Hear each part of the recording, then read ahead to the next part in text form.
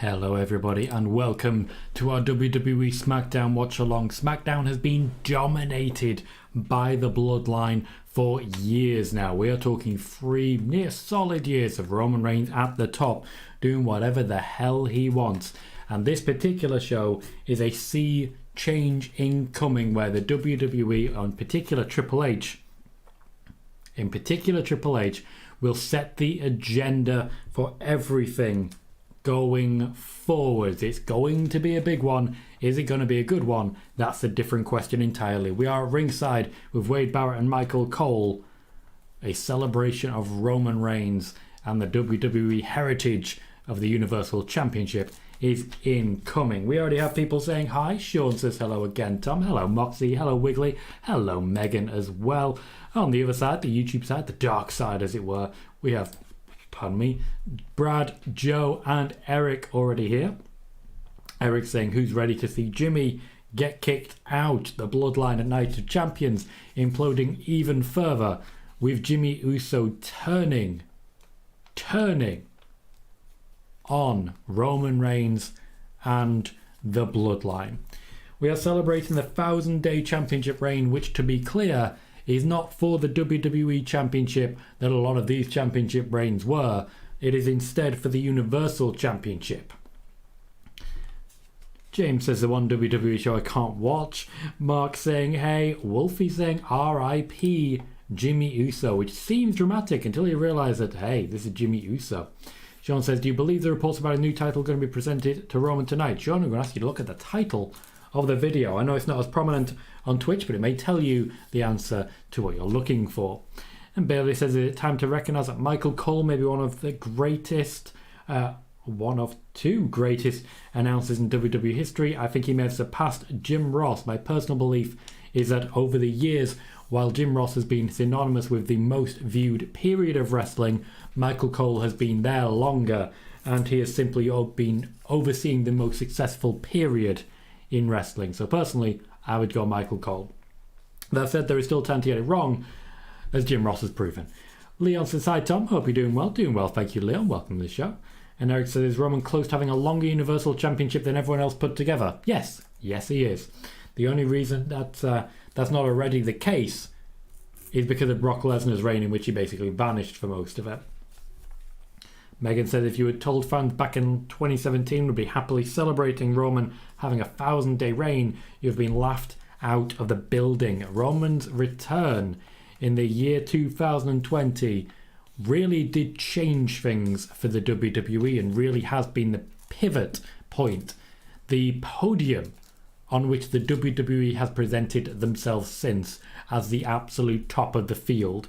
Roman Reigns has unquestionably been, since that day in 2020, the top name in the industry, both in terms of providing high quality wrestling, but most importantly, high quality storytelling in a way that's put the WWE above everyone else ever since.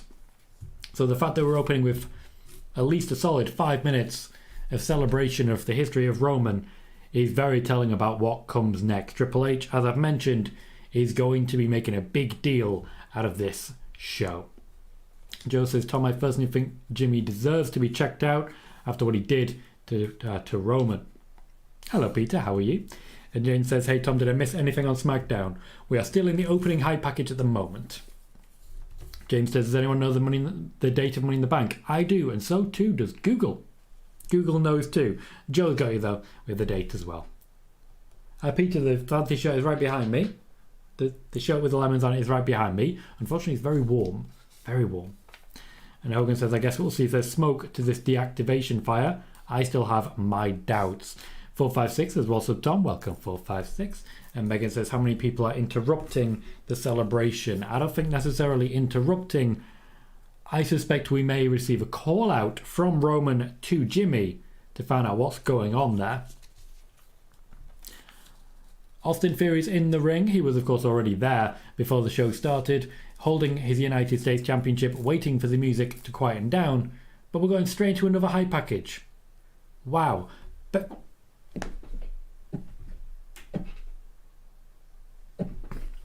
we're getting a highlight period of this championship reign, going back to WrestleMania 37 when Roman Reigns defeated Edge and Daniel Bryan. It was interesting back then hearing people say that Roman was going to lose and not seeing what was coming.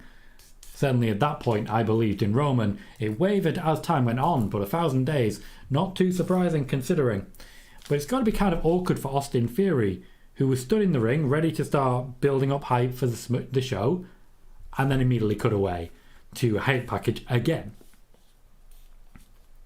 Sean says, I know it's mostly hate, but many have said Roman doesn't care about WWE because he won't build the next top star. That's not even slightly true. After all, Solo's right there beside him. Sean says, Austin is almost at 200 days as champion. I do feel in some of these championships, we need a bit more movement on them. We're getting basically record reigns in every direction now, and I don't really think that's helping long term. So Austin Theory is in the ring. They're also advertising tonight a 6-man tag.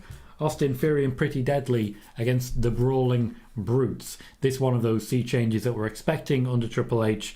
After all, new championships and new champions, making it clear about where they're headed. Wolfie says this is how Roman should have been in 2016. Certainly a lot of people vocalise that opinion as well. Mark says, when did WWE, Vince McMahon or Triple H realise they could get Roman Reigns to 1,000 days, and was that the plan? No, that was not the plan. Certainly a long championship reign was a plan. We're talking about 500 to 600 days. That was Vince McMahon who wanted that. Since then it's been passed over to Triple H, though Vince McMahon still is pushing Roman Reigns behind the scenes. Joe says, Tom, I think Roman will be angry and happy. I think more angry, personally. Counterfeit says, why haven't they announced any other pay-per-views? They're still working out exactly how they're going to play it forwards. Makes sense. Says, do you think Asuka will have a long reign or will Rhea have a long reign? Yes, and yes. Joey says, Daniel Bryan made an appearance in the video package. The Forbidden Door is open. It's not. The Forbidden Door is branding, and it's very much AEW branding. The WWE has never cared anywhere near as much as the fans have. Bailey says, when do you see Roman following Rock and Cena into the movies? There are offers on the table. I don't think it'll be too much longer. And Eric says, who did Roman beat to win the title? Bray Wyatt. Took the championship from The Fiend.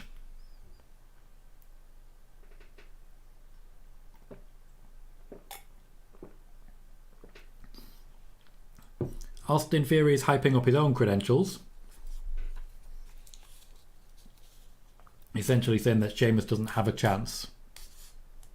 Everyone's claiming their championship is going to be forever. Could be awkward for everyone involved. Sai has reached 13 months of membership here on YouTube. Sai, it feels like it's been forever. And it quite literally has. 13 months. Welcome, mate. Dom says, what's up, Tom? Don't forget to hit the like button. We have 4 words for you. Adam Cole, baby. Mark's hyped for Pretty Deadly as well. Lucky for me too, Sai. The number 13 is pretty lucky in my family. Austin Theory has introduced Pretty Deadly to the WWE audience. In many ways, they will be relying on his name to get over from the off. But I feel we can have confidence that the WWE, in particular Triple H, has strong intentions for Pretty Deadly going forwards. James says, changed my mind and renewed my subscription just for this. And so you should, mate. So you should. Thank you very kindly for that. Blue says, I feel like the recent reigns are about re-establishing the titles after years of dismissals. And in many ways that does work. But there are certainly a few moments when I feel we're overdoing it. Bianca Belair losing at WrestleMania for me makes more sense than Bianca Belair losing at Night of Champions. Joe says, Tom, I think someone needs to take Austin Theory down. They will. That's how it's going to work. They will. I know, guys. I know. You know me. If there's a joke in the offing, it's going to be a sarcastic one. That's what we do here. Wolfie says, is War Games returning this year? That is a plan at current. Joe says, when is Roman's next title defense? We'll probably find out tonight. James says, if The Rock is still going to do Fast and Furious spin-offs, I see Roman going into that, because in many ways he already has. Bailey says, Austin Theory or Dominic Mysterio, who will the fans eventually get behind? Fans are way behind Dominic at the moment, and I see that continuing. Blue says, Tom, on the pay-per-view count, with them trying to get a higher price for their content, is there a chance we do end up with a pay-per-view per month? We're on pace for that this year. That's a possibility, certainly, though Peacock will pay them exactly the same amount either way. So they won't get any extra for it. The age of pay-per-view being the key thing is kind of over. In fact, it's very much over. Nowadays, you make money more from TV than pay-per-view. Thank you kindly, Dom, with a super chat for a $10 donation. Thank you very kindly for that. Says, this is for the awesome host at WrestleMania. I'm late, but here. Thank you, mate. I appreciate that regardless. Don't worry about being late. WrestleMania was a very, very strong period for this channel and a very fun time for me as well. So thank you kindly for remembering it fondly. Counterfeit says, I'd assume that the next pay-per-view after SummerSlam is going to be in September. Likely the case, yes. And Joey says, Wesley is about to become the longest North American champ. They really want to set new title records, it seems. They do. Yeah, that seems very clear. That's kind of a shame as well, because it does mean championships are moving around a lot less and people aren't getting as many opportunities to hold them. That said, it is certainly helping to rebuild those championships. Eric says, I think Grayson Waller beats Theory for the belt. Personally, I'm leaning towards AJ Styles. I think an OC versus Austin Theory and Pretty Deadly feud may be in the offing as well. Jaden says, I started watching the WWE during the pandemic era. I've never seen a WWE show without Roman as champion. That's an interesting point there, Jaden, because it's a fair point to consider. For someone who's only started watching in the last 3 years, Roman Reigns is genuinely all they know. And Peter wants to take Austin Theory downtown. Do a bit of shopping, come to the mall. Let's go to the mall. She also speaking to the messenger. Alexa said she was preparing for a return when she found out she was pregnant and said WWE had extended her contract and it's basically come back when you're ready. And that is exactly the scenario indeed. They were preparing for a comeback, having conversations, as I mentioned, a spoiler warning earlier today, having conversations about the full separation away from Bray Wyatt. And that is essentially where they were before they found out that she was pregnant and would not be returning. She will be returning eventually. That is very much the plan. We will be seeing her. That said, I do think it's very possible that we will be looking at, for example, some TV opportunities for Alexa Bliss in the near future as well. And Sean says, she also said a month after she gives birth she'll be back in the gym. Think she'll be back by Mania 40. No, she will not be back by Mania 40. Just going to be real clear there. That will not be happening. She may make an appearance. She's only won't be wrestling. Joey says, I think it's good, to be honest. It makes the titles feel important instead of flip-flopping every week. Absolutely true. And James says, as regards Pretty Deadly, those tops have got to be uncomfortable. Well, I mean, it's a lock. It's a lock. Sheamus has just been tagged in, to the joy of the crowd. Certainly a lot of heat behind Sheamus from the crowd. And we go straight to a commercial break. Mark says, I'd love Pete Dunne to win the title. And Gomar saying it was a clean transition into the match. It was indeed. SmackDown historically under Triple H has started with a wrestling match. SmackDown has been the wrestling show. Even though it's been the shorter show, there's been more wrestling content to it. So it was nice that even though we had the opening hype package, we had an opening promo, in many ways he had Pretty Deadly over, we did get straight into it. Or at least straight into it enough.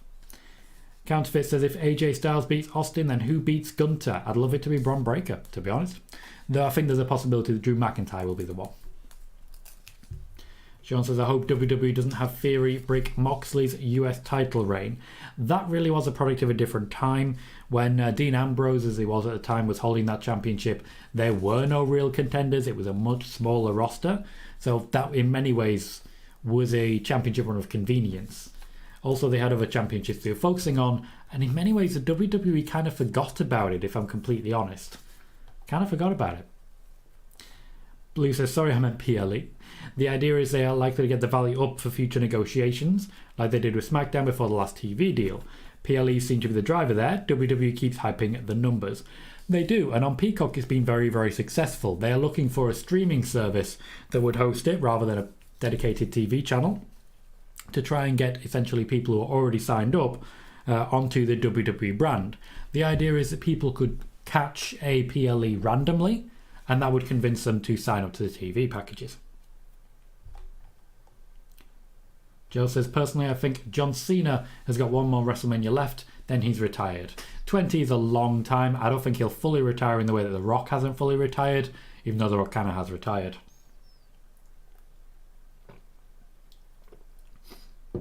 Joey says, pretty deadly like the male version of the Iconics. It's not a bad comparison, to be fair. Personally, I would go more Fashion Police, but I see where you're coming from. Hello, Jermaine, how you doing? And Ricky says, hi, Tom, good to see you. Happy Friday. Happy Friday to you too, Ricky. Welcome to the show. Wolfie says, I'm happy that they're going to change Alexa Bliss's gimmick. They were already planning that. The move towards the whole Uncle Howdy and Bray Wyatt of it all had been rejected by WWE by and large, with no intention of really going back. Joe says, Tommy, looking forward to Money in the Bank. Yeah, I think I'm looking forward to it as much as I am any other PLE, but I do get the benefit of not having seen one last month because, of course, I don't watch Night of Champions. So it's nice to... sorry, guys. It's nice to know I've got a show coming that I can actually watch. And Jaden says, do you think we're going to see Bianca tonight? Yes, I do, even just to put an exclamation mark on the whole affair. I do think we're going to see Bianca Belair at least make a brief appearance. We certainly will see Asuka as a bit of celebration. After all, there is a full-on handover happening tonight, and a big changing of the guard has been mooted when it comes to the new champion. Counterfeit says, do you think Bianca's heel turn starts today? I do not. I do think if there is anything, she'll be essentially undercutting and underwriting everything going on with Asuka. Asuka is a heel, so Bianca will be staying face for now. Gomar, PW Insider have denied that they have said that Carlito was spotted backstage or at the Performance Center, so WWE related visit is quite a stretch. Joe says, Tom, what has happened to Charlotte? She's on a break. Megan suggests Breezango and the Iconics equals pretty deadly. Sean says, speaking of Iconics, Cassie Lee's making her return to the ring in an Australian promotion, WSW. Yes, she is. I'm fully aware and have reported previously Triple H is interested in bringing the Iconics back. However, at the moment, with the purse strings tightened, I don't necessarily see that happening for a little while. Gomar says, how are you doing today, Tom? Doing well, thank you very much. We, after all, are coming to the end of my day. It's 20 past 1 in the morning here. We're a sixth of the way through our SmackDown. And honestly, it's been a good day. I sat in a nice sunny back garden by a fire. That was lovely. Did all my work, did all my overtime, and continue to make a bit more money so I can try and buy a house at some point. I'd love to one day be a homeowner. And a large part of what I'm doing here is with the intention of making myself as best a life as I can. Certainly previously there have been times when I haven't had much of anything. That's not the case anymore. I had a break. I went to Paris for a week. It was lovely. So I've got to say everything I'm working towards at the moment is coming together very nicely. And yes, next month I'm 35, so it's about bloody time. It's about bloody time, and you know, I should probably start looking to buy a house if I can. Joey says, I loved when John Cena did the open challenges every week. Those matches are really good. In many ways, Seth Rollins wants to bring that back. The open challenge for the US title was very well appreciated, and John Cena made a lot of people look very good, including a Sami Zayn. Brad says the flip-flopping was the Attitude Era.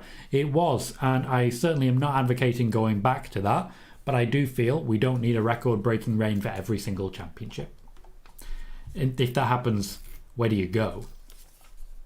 James says Disney Plus lost like 4 million subscribers because they lost the cricket, I believe. WWE could be a way to bring up those subscribers. True, and I do feel in many ways the WWE brand does it's kind of in keeping with where Disney actually are aiming to be. Justin says, what was Alexa's gimmick scheduled to be? They were still working out the kinks. She was due to return, but she was going to be returning as a heel, as best I can tell. Joey says you'll get to watch the show early for once instead of 4 in the morning. Yes, I will. It's going to be a lovely, calm day, and I can go to bed at a reasonable hour the day of Money in the Bank. Jaden says the titles getting swapped. The titles, as I reported on Monday, as regards the Women's Championships, are looking at being rebranded. Jaden says, what do you think Jade Cargill is going to do now that she's lost the TBS Championship? The suggestion seems to be that she's going to take a break. She would have been wrestling Mercedes Money at Forbidden Door. That moment seems unlikely now.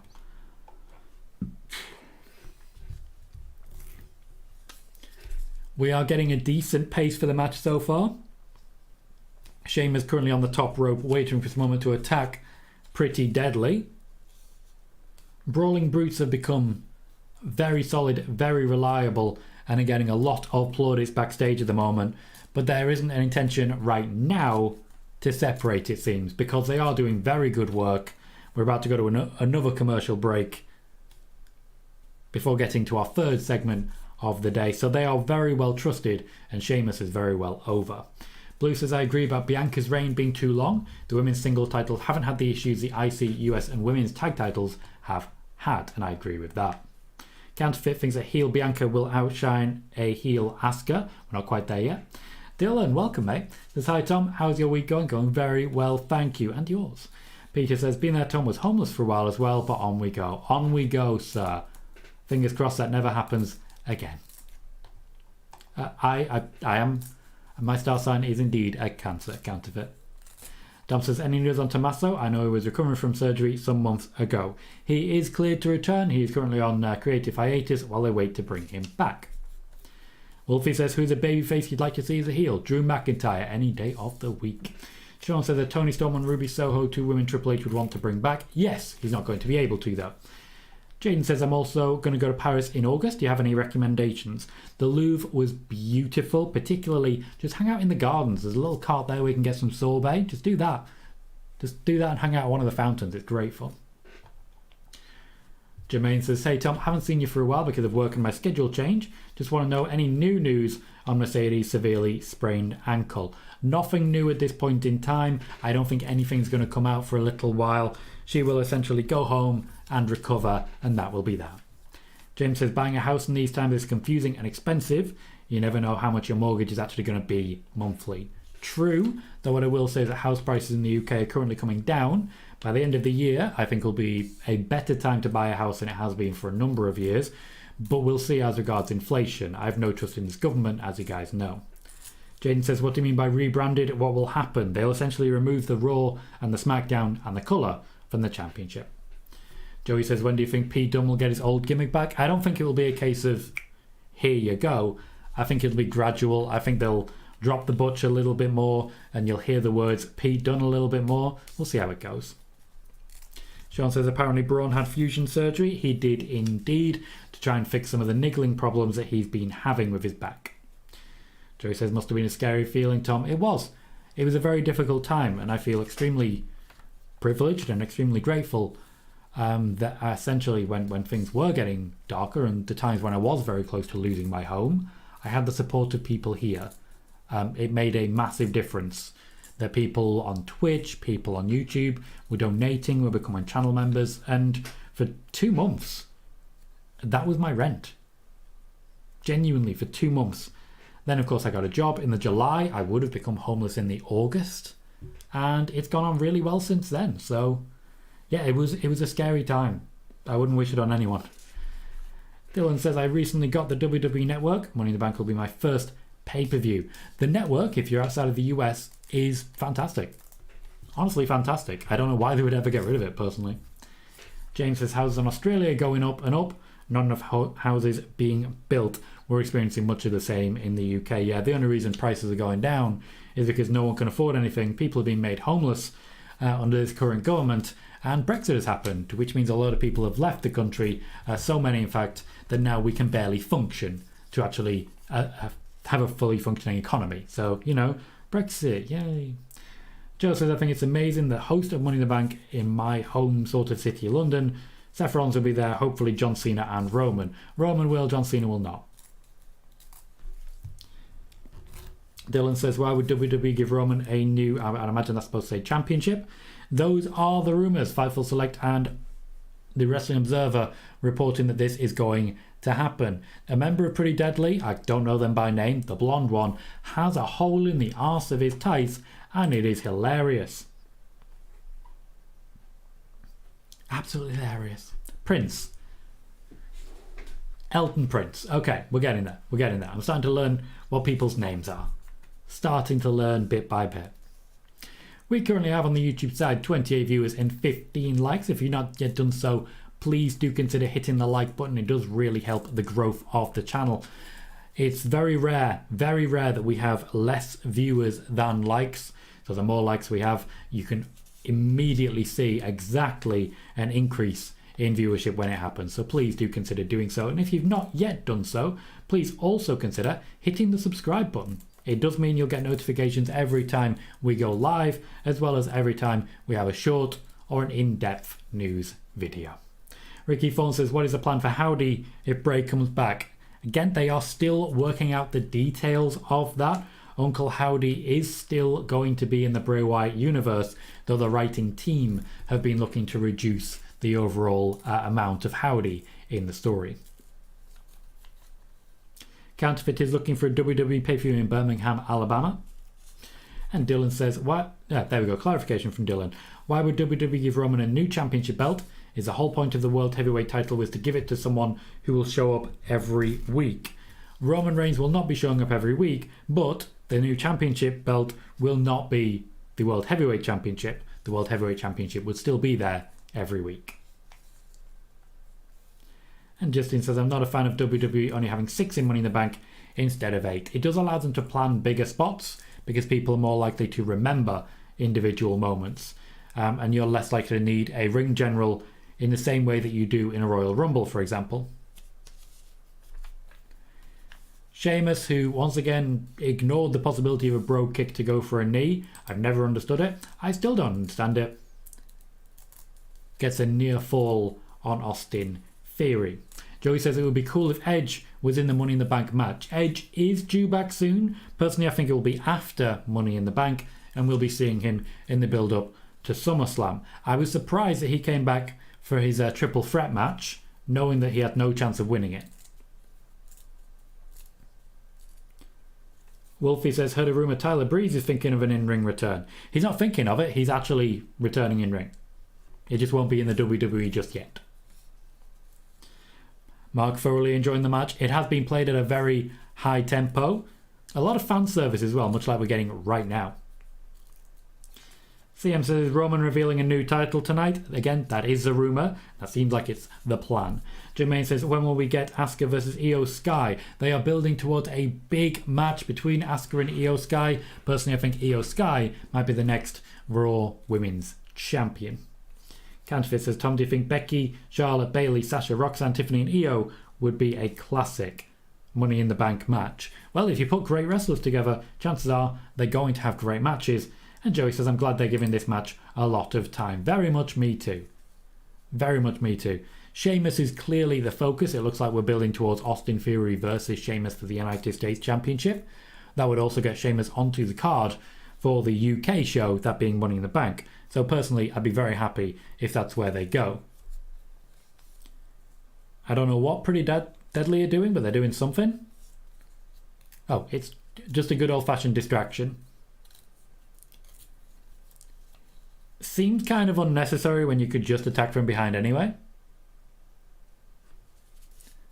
That's a finish from Pretty Deadly. Austin Theory tagged in to actually finish the match off. Solid teamwork. Ridge Holland gets pinned. Ridge Holland and Butch are continuing to get more of a background push than a foreground push. Pretty Deadly are the focus right now. And under Triple H, there is going to be a lot more focus in the weeks to come over the tag team division. So we have Brawling Brutes, we have Pretty Deadly. I think we could definitely see new championships introduced for the tag division on WWE SmackDown sooner rather than later. John says, do you know anything about it, like what colour the new title will be? No, there are rumours out there, but my report on Monday was just that they are rebranding the championships. Joey says, matches on SmackDown always feel like they're giving more time than Raw, even though it's a 3-hour show. Yeah, it's confusing that, isn't it? I agree with you. Completely agree with you. But it is certainly confusing. How do we rate the match that we've just seen? Rate it out of 10 and let me know what you thought. Mark is already in there saying, very clever ending. Really enjoyed the match. A 9 out of 10. Dom gives the match a 7. Let me know what you thought about the match we just saw. Counterfeit says Ilya Dragunov versus Roman is a dream match for him. And Sean says, you know, if WWE had Alexa's return planned before SummerSlam, it wasn't official, it wasn't confirmed just yet. Bayley gives the match a 7 out of 10. We're getting a recap from Night of Champions and everything involving the Bloodline at the same time. Brad gives the match an 8, Eric gives it a 9, Joey gives it an 8, Peter says an 8 and great start. Ricky gives it an 8, Wolfie gives it a 7, Sai giving it a 7.5. Counterfeit loved it so much he broke the scale, and Gomar gave it a 7.5 and said good match. Eric said, did you hear Top Dollar's diss on the OC? Not as of yet, but I'm sure I'll be hearing it for the next few weeks.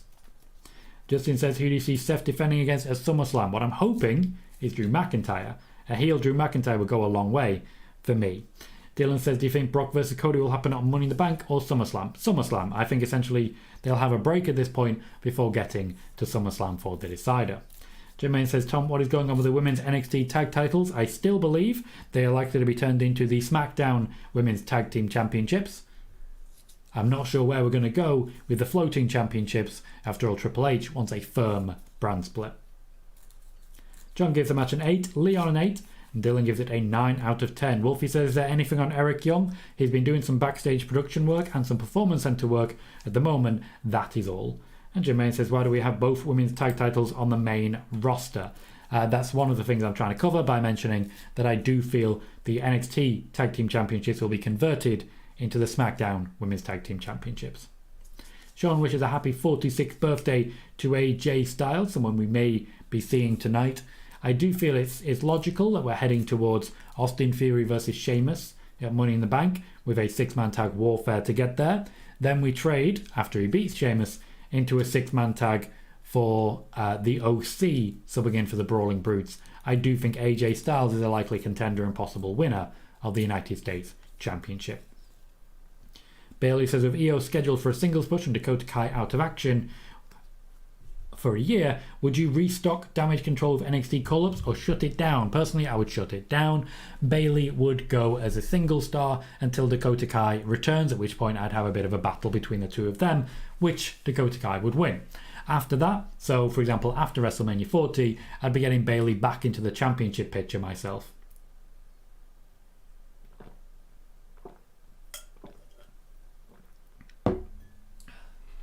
Sean says, do you think WWE could unify the women's tag titles with the NXT tag team titles? They absolutely could, yes.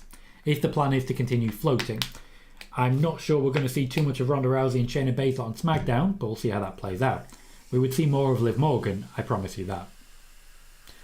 Eric prefers one set of championships as well. Sasha says, will that mean the NXT women's tag title will also get a rebranding? I'm not sure on that one. With the amount of women that have been called up from NXT, I'm not sure there's much scope for a tag team championship at the moment.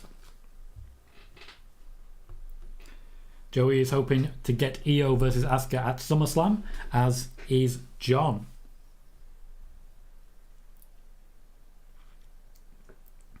Yes, counterfeit. That's what I'm personally seeing and what I'm personally suggesting. To be clear, this is not a report. This is just something that I think can and should happen. Mark says, if you are head of creative, how would you book the ending of the Bloodline and how Roman loses the title? I would have already done so a couple of times, to be honest. I do feel this particular reign has run its course. I would be giving the championship to Jey Uso, personally, and I'd be doing it at SummerSlam. Though I do think it's a very exciting proposition if Jey Uso ends up in the Money in the Bank ladder match and ends up getting stopped from winning by Solo Sikoa. I don't think Jey could win at SummerSlam unless Jimmy can equalise against Solo. That's personally where I would go. What about you guys? So we're asking about if you were head of creative. So let's ask the following really simple question. If you are in charge of creative, what is one thing you would immediately change? You can do literally anything that anyone in charge of creative can do. So anything that Triple H can do at the moment, but you can do one thing immediately to make a change. What would it be for you to change WWE, potentially wrestling, for the better? What would you decide? Yeah, I got that vibe as well, Joey. It's a very similar answer. Jermaine says there are not enough women's tag teams that have 2 women's tag team titles on the main roster. I hope WWE is not thinking like that. There are more than enough women. They just need to start pairing them back up and making them tag teams again. Ultimately, Raquel Rodriguez and Shotzi, not going to work. But Zelena and Shotzi could. Counterfeit would give Io Sky the belt if we saw Io versus Asuka, which is why I think it will be possibly a WrestleMania match rather than a SummerSlam one. Wolfie asks my picks for the men's and women's Money in the Bank matches. Men's, I've mentioned a few times, Damian Priest is the guy for me. For the women's, I was leaning Liv Morgan. I can't do that now, so I'm going Io Sky. Eric says, do you know when they'll have Grayson make his in-ring debut? It'll be a little while yet. He may wrestle tonight, but he won't be a clear focus just yet. Grayson Waller has mostly been used as a talker on SmackDown because they don't have The Miz or Kevin Owens. Wolfie wants to bring back pile drivers. We are backstage with Paul Heyman and Solo Sikoa. The WWE and Universal Championships are in the background, presented in a way in which, colour-wise, they actually match up with Solo and Paul Heyman in the black and the blue. Mark says, boom, Gunter winning the world title at WrestleMania. Hold that until the Mania after, where he will lose. Eric would have had Sammy go over Elimination Chamber. To be fair, Eric, I'm talking about if you had a choice of what to do right now. That Newcomb guy, how you doing, mate? Says, change the name of the women's titles to be non-brand specific in name. I do believe that's incoming, so your wish may well be granted. And Bailey says, one thing I'd do, a rotating 9-month season to give talent time off and introduce new talent. I do think it is time to introduce proper time off. Say to wrestlers, you can book up to 3 months as long as you give us, say, 3 months notice. We can book around it, and not when you're a champion, for example. So people who aren't in the championship run, the WWE could say to them, let's just calm it now. You can take some time off. As an example, right now, I'd be saying to Bianca Belair, you've earned it, take a break. Come back after SummerSlam. Sean says, for the Money in the Bank, men's LA Knight, women's Indy Hartwell. Indy Hartwell is not cleared to wrestle as of yet. Joey says, I'd get rid of the women's tag belts, replace it with women's mid-card title, and give them more compelling storylines. Joey, can you give me an example of a storyline you personally would like to pitch? Wolfie would change pay-per-view. Just like a swap. Blue says, call up Roxanne and hotshot one of the belts on her. Pick a belt, any belt. Do you want to take it off Rhea or Asuka? Justin says, I would have put Alexa back in the goddess gimmick, but now I would say Edge wins Money in the Bank by turning heel by low-blowing Ray on top of the ladder. Then we get one last Edge versus Ray at SummerSlam. Does Ray win the briefcase? Counterfeit says, first off, I'd bring back the Iconics, Ruby Soho and Toni Storm, which you cannot do. If I was in charge of creative, then I would have never done the unification match at WrestleMania 38. So a whole lot of things that you have no control over. The OC is backstage wishing AJ Styles happy birthday. AJ Styles accepts his loss. Bismo saying about Solo Sikoa, he's like, stop talking to me, Mr. Paul.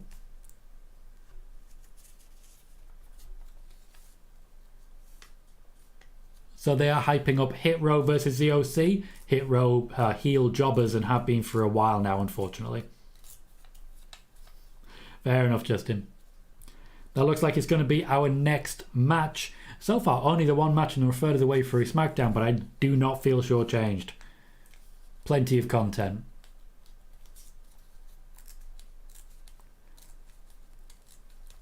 The OC are one of the top factions on SmackDown. A lot of focus is going to be put on them going forwards.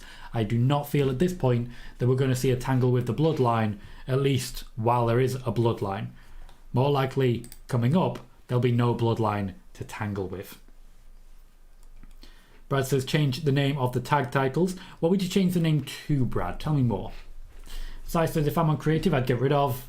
Nah, not going there. It'll never happen, but I'd go back to 4 PLEs a year, then give my job to Paul Heyman. 4 a year. Interesting.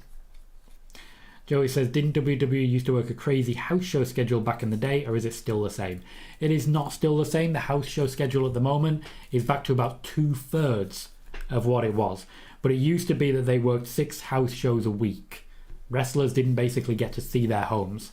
Now, in many ways because of the new brand split as well, they are working 2 each show per week. So you have your TV on Monday as an example if you're on Raw, a live show on Wednesday, a live show on Thursday, then you go home.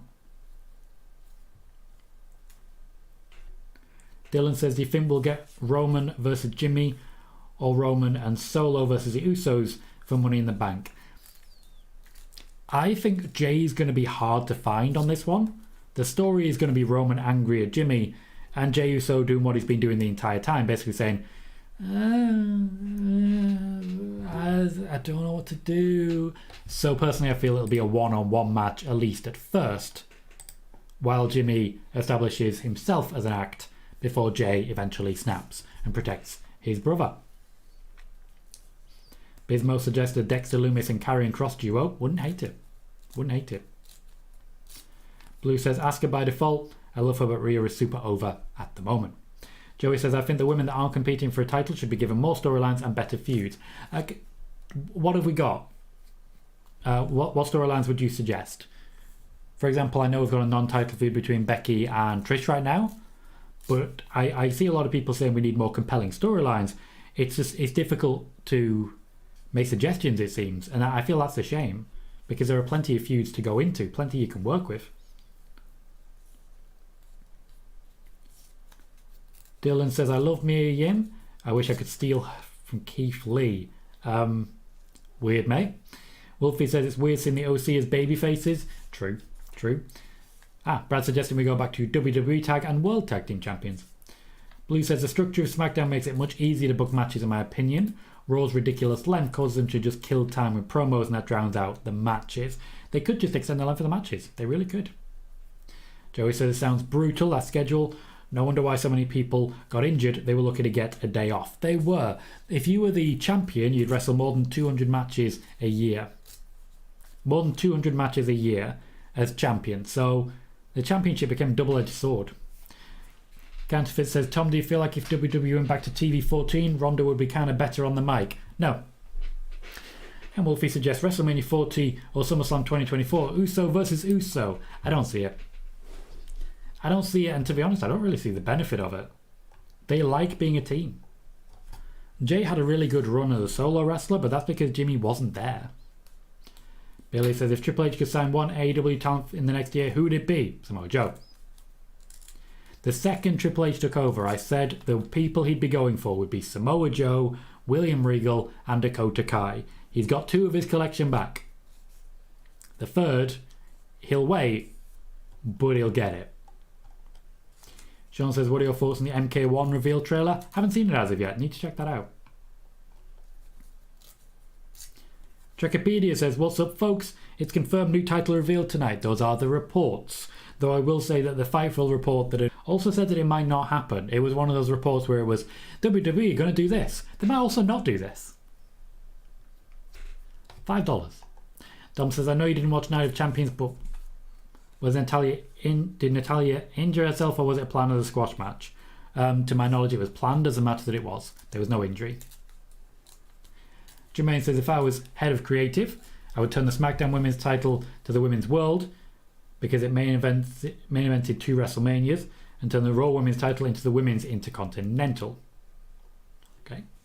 Blue says, the problem with extending the length of the matches on Raw is they told the fans TV matches don't matter that much, why they are more dead than the promos. Fair, non-fair. Justin says, with the TV rating and culture the world lives in now, it's hard to have compelling storylines. Honestly, bring back European and TV titles might be the only way to get more feuds. Not what I want, though. I think you can make it happen.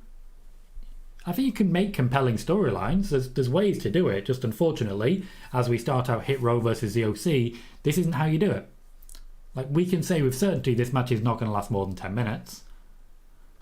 I also, to be honest, I just don't think it's going to be that fun. But we'll see. I don't want to judge it too harshly. Not before it's happened anyway.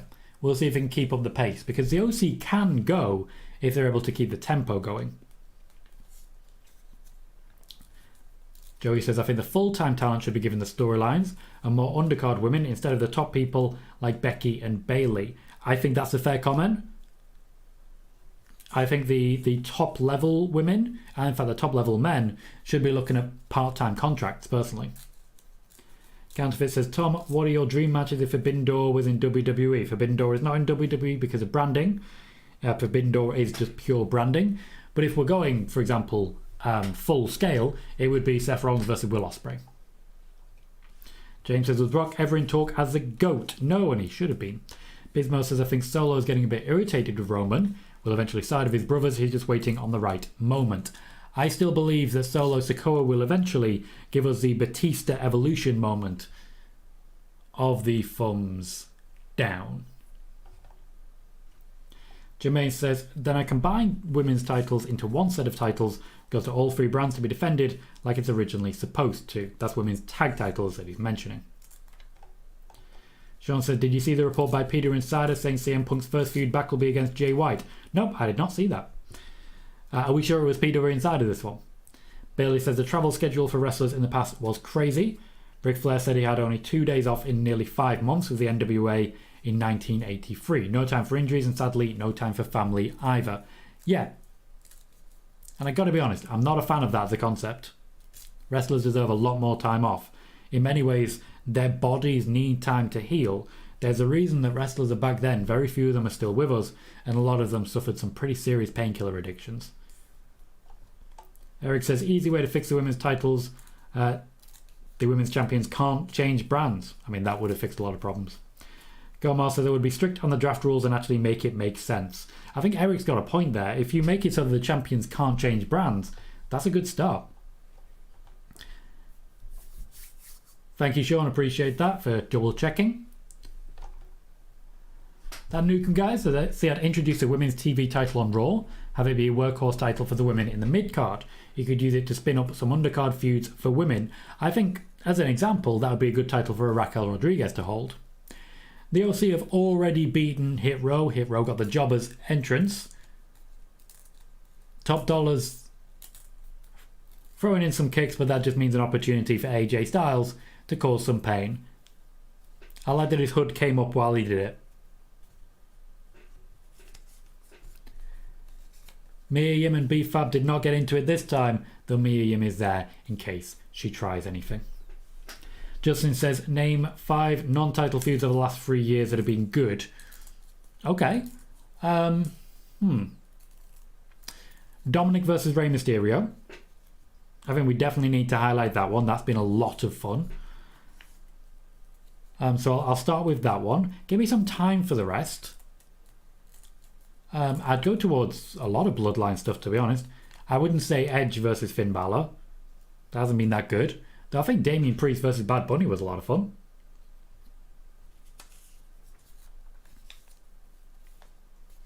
Dylan says, what's your favourite ice cream? Mine's chocolate chip. Really want to get that. Oh, God, Dylan. You have to calm that one down. My favourite ice cream is toffee. Toffee ice cream. Although honeycomb's also great fun.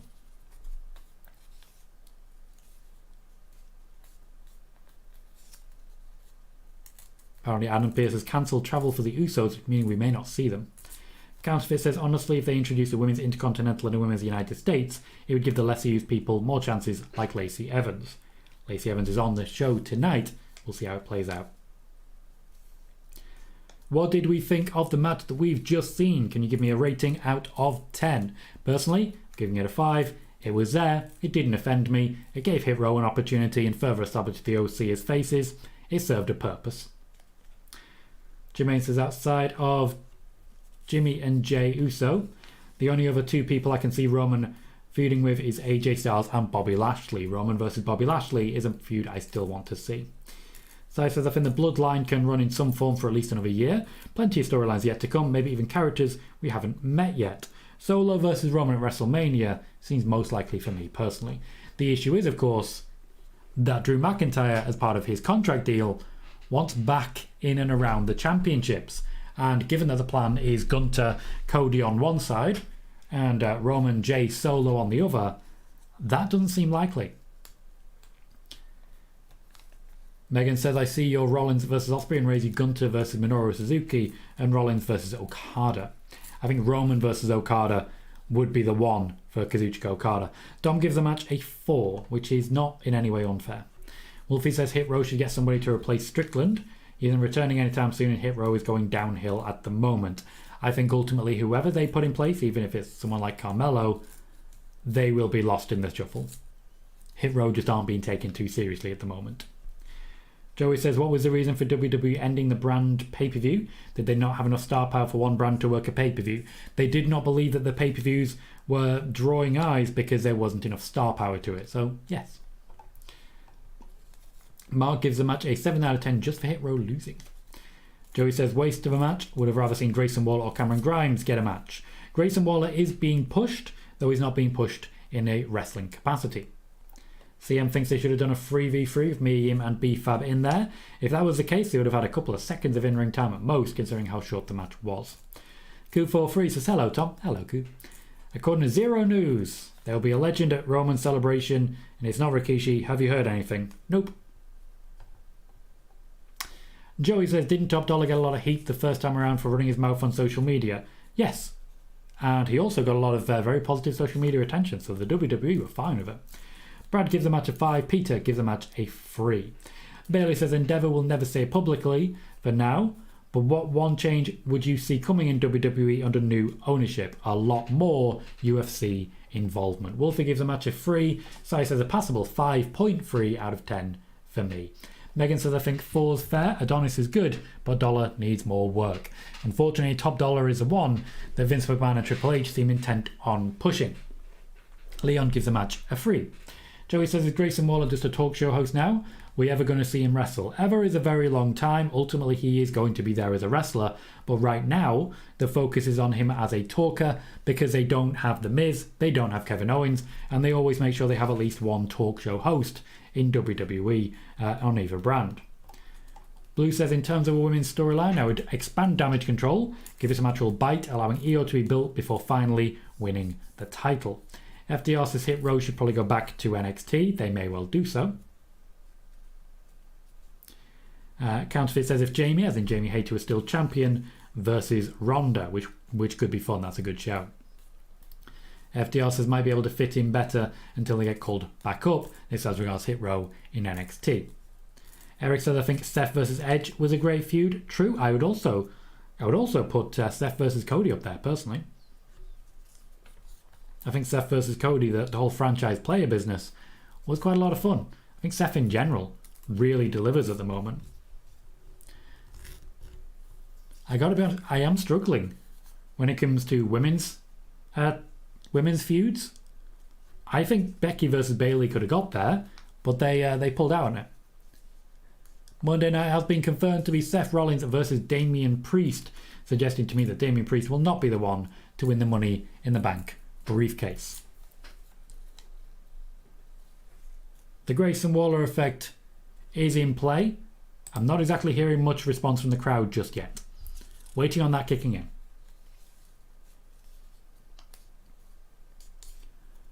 in. Jane says, is Grayson Waller going to be the next KO?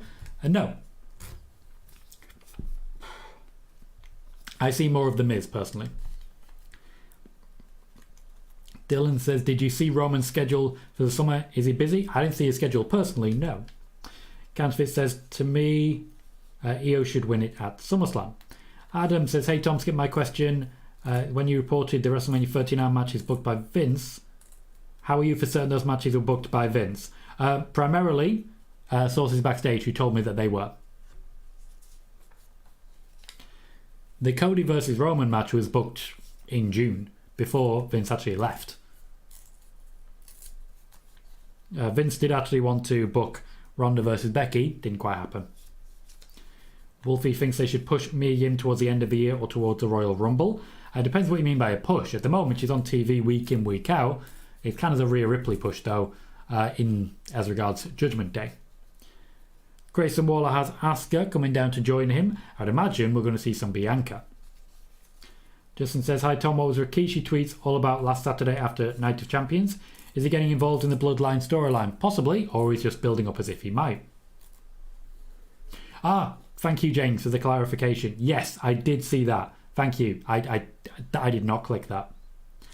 Eric says, I see MJF mixing himself Miz and himself in Grayson. I just see Grayson, I try and look at people as themselves. Sai says, oh dear, the crowd went mild. Didn't hear reaction to Waller because there wasn't one. True, but he's only just started. I wouldn't expect too much as of yet. Joey says, what plans did Triple H cancel when he took over? Very few that I've been able to clarify, but I don't have the full details. Wolfie wants Shinsuke Nakamura to take the world title from Seth Rollins. And Blue says, a returning Charlotte versus Io. Io goes over, making Bayley jealous. Also says, the new heel Tegan trying to make a name for herself attacks Becky, giving Trish a full stable might work. It might well work. It's a very fair point. Bayley says the only problem with sending low-card main roster talent down to NXT is that it's one less spot for those who need NXT to grow, which is a fair comment. When they moved Dolph Ziggler there, I was confused. Apollo Crews, I think, did sort of need it to refine his act. Baron Corbin does not need it. New Day did not need it. We're getting a recap of Bianca Belair versus Asuka at Night of Champions. Sean says, here's a question. Since we are 6 months into 2023, what has been the match of the year so far? There was a lot of heat behind a lot of matches. Personally, I'd be leaning towards Charlotte versus Rhea. I know that's a personal opinion, but that's where I'm going.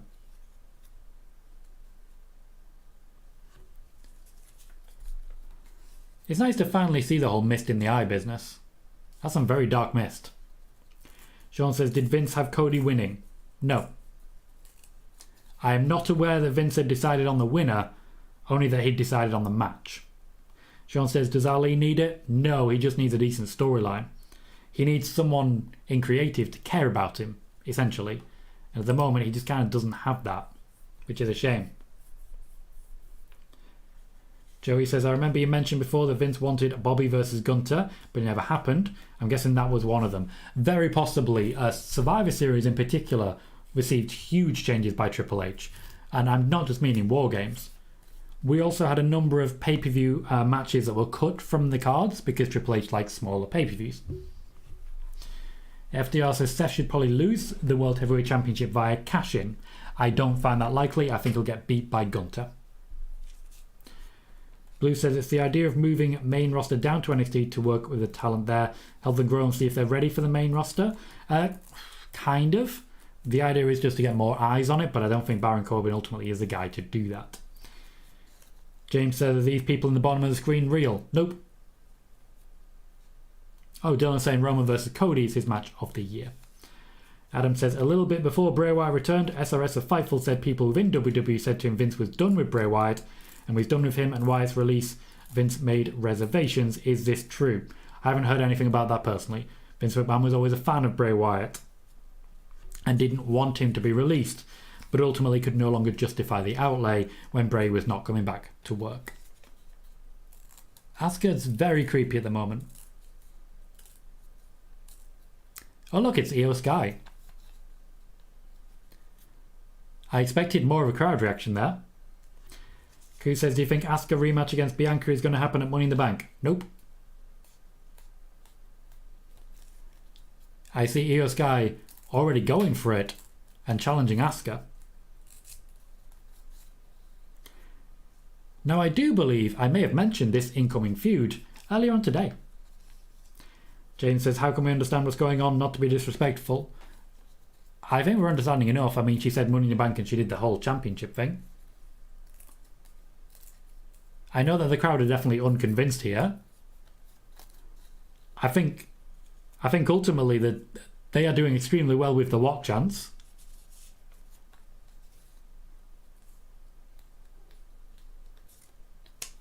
There's just a lot happening right now. Io Sky, I'm guessing, has worked independently because Bayley's on her way down to the ring now. Gomar says, and the crowd goes mild.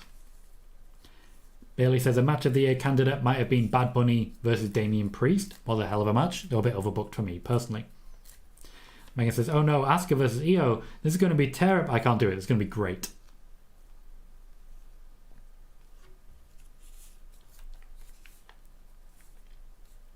Now, as I recall, I did say there'd be a bit of a reshuffle as regards the women's division. There's also an impending reshuffle as regards the tag division.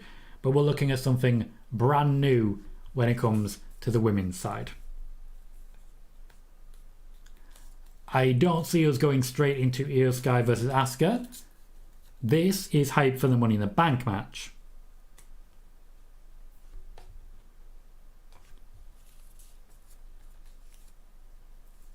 Do you remember when we first had the 2016 brand split?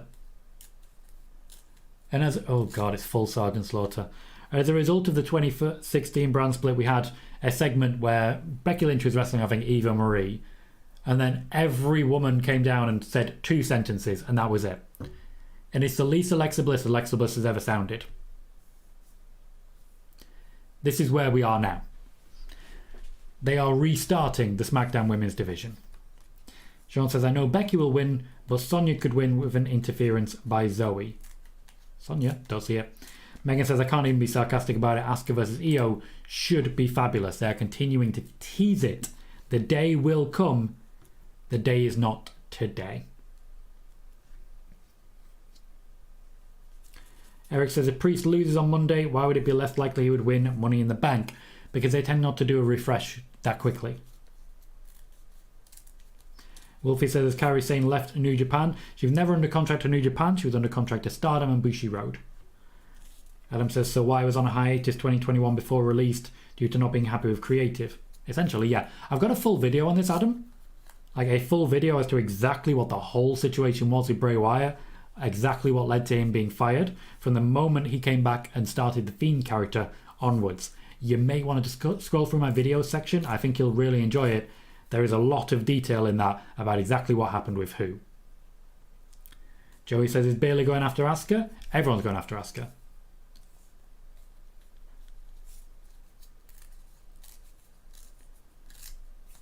We're at least getting some hype between the Zelena Vega versus Lacey Evans match. I don't see Lacey Evans winning.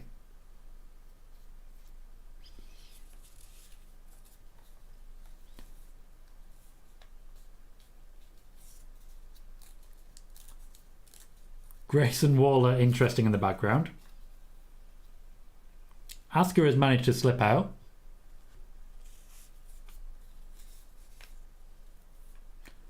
To hit her catchphrase. And there's Bianca Belair attacking Asuka.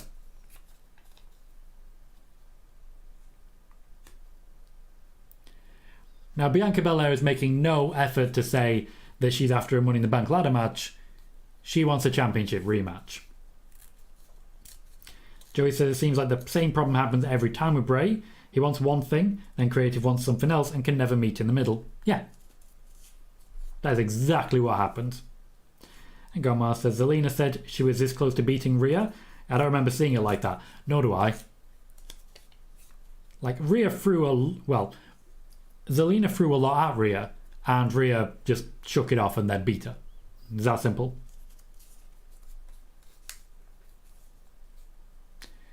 Definite clear suggestion that we will still be seeing more Bianca versus Asuka in the near future. But they have done a reset of the women's division there, and Io versus Asuka was heavily implied. Dylan says, did WWE still want LA Knight to be Mr. Money in the Bank? Personally, Dylan, I can say I've never reported that WWE have plans for LA Knight to be Mr. Money in the Bank. Joey says Bray should go back to Swamp Man instead of trying these over-the-top characters that never work. Ultimately, here's the thing I've got to say on this one, and it may upset some people. I don't think Bray would be a compelling character if he focused on his wrestling. In fact, I don't think he'd have a job if he was focusing purely on his wrestling, because his wrestling is not up to par. Wolfie says they should do the rematch for the women's title on SmackDown. Possibly they will. They want some time for the Money in the Bank wrestling matches after all. And Mark says they need to do a reset. Yeah, it's a good thing that that's exactly what we're getting, because a reset is overdue on this one. Bailey says, why does Lacey Evans look like a bad rip-off of Sergeant Slaughter? Because I think that's kind of where we are, to be honest. Sad but true. Sean says, no one is ready for Tom Colohue. No one is ready for Colohue indeed. Bailey says, when Asuka and Bianca are brawling, do all the rest of the women in the ring just stand there? Yeah, pretty much. They know nobody's supposed to be watching them, so they're intentionally making themselves boring so people look over at what's happening in the ramp. Lacey Evans and Zelena Vega will have dropped to ringside where they can prepare for their match. Maybe right now they're entertaining the crowd with a bit of pushing and shoving while everyone else heads to the back and Grayson Waller's set is taken apart. I'd imagine Grayson Waller is trying to talk to the crowd. I would hope so. If you're there to be the talker, talk to people. As Stone Cold Steve Austin once said to Kevin Owens, never stop talking. Eric says, let's give Zelena something. It wasn't one riptide, it was two. Turn the first one into a DDT. Then it was one riptide.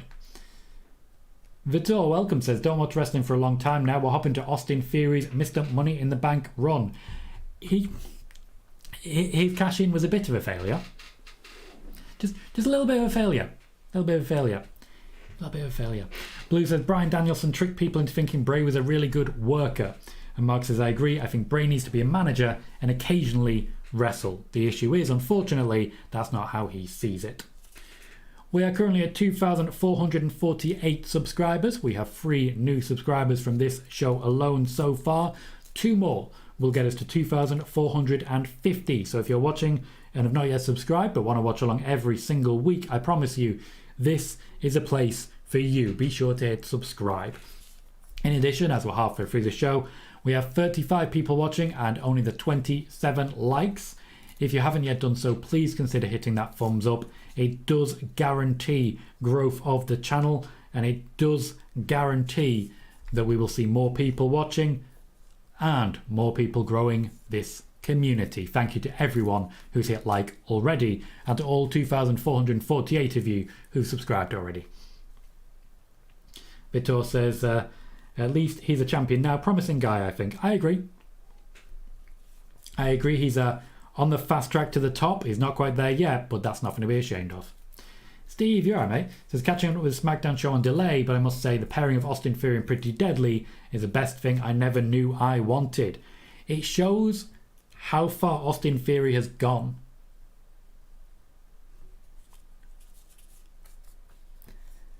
They are celebrating Rhea Ripley's TikTok following. I have mentioned it before, but Rhea Ripley is extremely good at social media. Just extremely good at social media. In many ways, she learned from the best. Her social media feud with Becky Lynch, while Becky Lynch was becoming the man, really put her on the map for the WWE. We're getting a recap of Baron Corbin in NXT. Which is interesting. Wolfie says, when Austin Theory won Money in the Bank, did they change who was going to be Money in the Bank? Yes, it was originally going to be Cody Rhodes. So he says, looking forward to Money in the Bank. It's the one time of the year that Raw and SmackDown wrestlers can be on the same show. Fantasy warfare made real.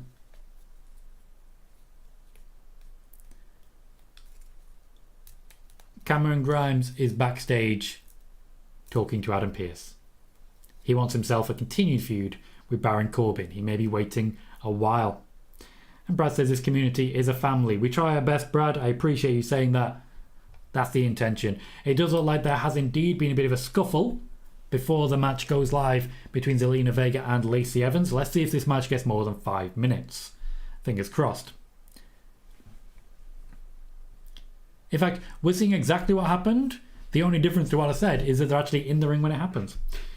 Bailey says, I've already read that one actually. Vitor says, to be honest, I stopped watching WWE and wrestling in general in 2018 after WrestleMania. Storylines were atrocious back in those days. Then when AEW were a thing, my country, Brazil, was not running it on TV. That's a real shame on that one. Would you say then that WWE has improved? There's certainly a lot of difference from 2018, but it's still written a lot of the same people still writing it.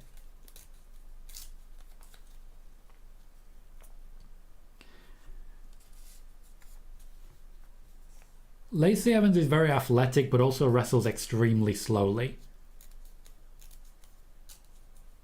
I do feel that's what's missing more than anything. She's got everything you need to be face or heel. The problem is she just wrestles so damn slow. Lots of rest holds. She's trying to show a bit of power here. Good landing there from Zelena Vega, and it needed to be, because that was a bit wild.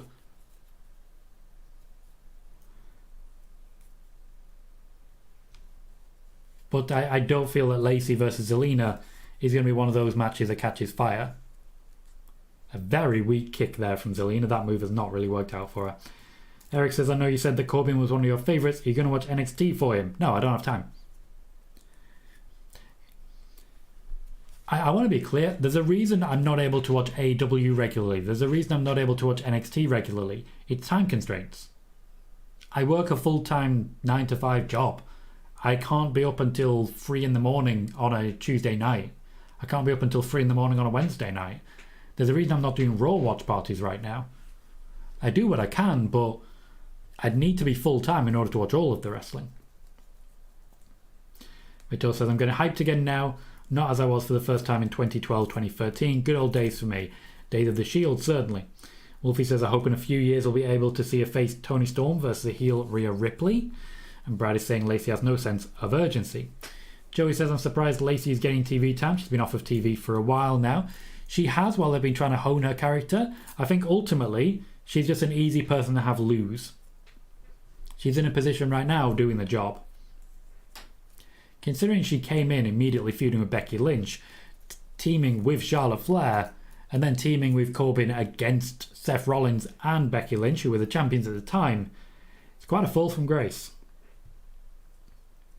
Blue says, can Lacey really be a good face? They tried and she got murdered. Yeah. As long as she can hype up the Marine thing and make the crowd go, USA, USA, that's all they'll ever need. Zelena Vega's not getting the bounce that she needs off the ropes. Also not getting to that code red. That was weak. But that's the win, nice and clean for Zelena Vega, in less than 5 minutes. Joey wants Corbin to get his old gimmick back. He's had quite a few, actually. Mark says, do you think the deal Pat McAfee did with ESPN will stop him coming back to WWE? No, personally I don't. I don't see that being an issue. Eric says, what do you think the problem was with Dana Brooke? Any match I've seen Dana Brooke in, she has 3 moves, and those are the only 3 moves you see. Lou says, they tried with the military thing and it did not work. And they didn't try hard enough. They could make it work. Sean says, on the February 25th, 2019 episode of Raw, Ronda laid the Raw Women's title at the feet of Stephanie McMahon in order to get Becky in the match at WrestleMania 35. Why wasn't this counted as a title vacancy? Because a title vacancy has to be accepted by a member of WWE top brass. So Steph said no. Bailey says Lacey has become the women's version of Karrion Kross. Karrion Kross at least occasionally cuts a good promo. Lacey's just sort of there.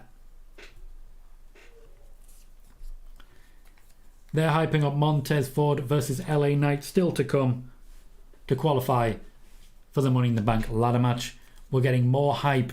The Elimination Chamber match we're now focusing on between Roman Reigns and Sami Zayn as we build to the 1,000-day championship celebration.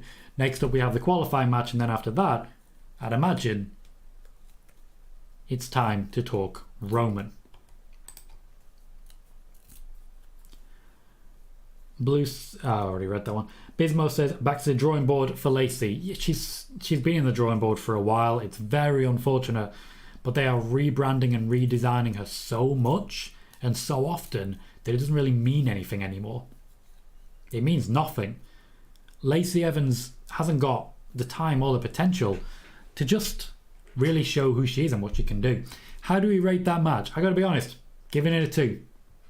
Far too short, which is a problem of the booking. Far too slow tempo, which I think is a problem of Lacey Evans' general speed in the match. Zelena Vega was not able to get the bounce she was needing. Her offense looked weak. It was not a great match.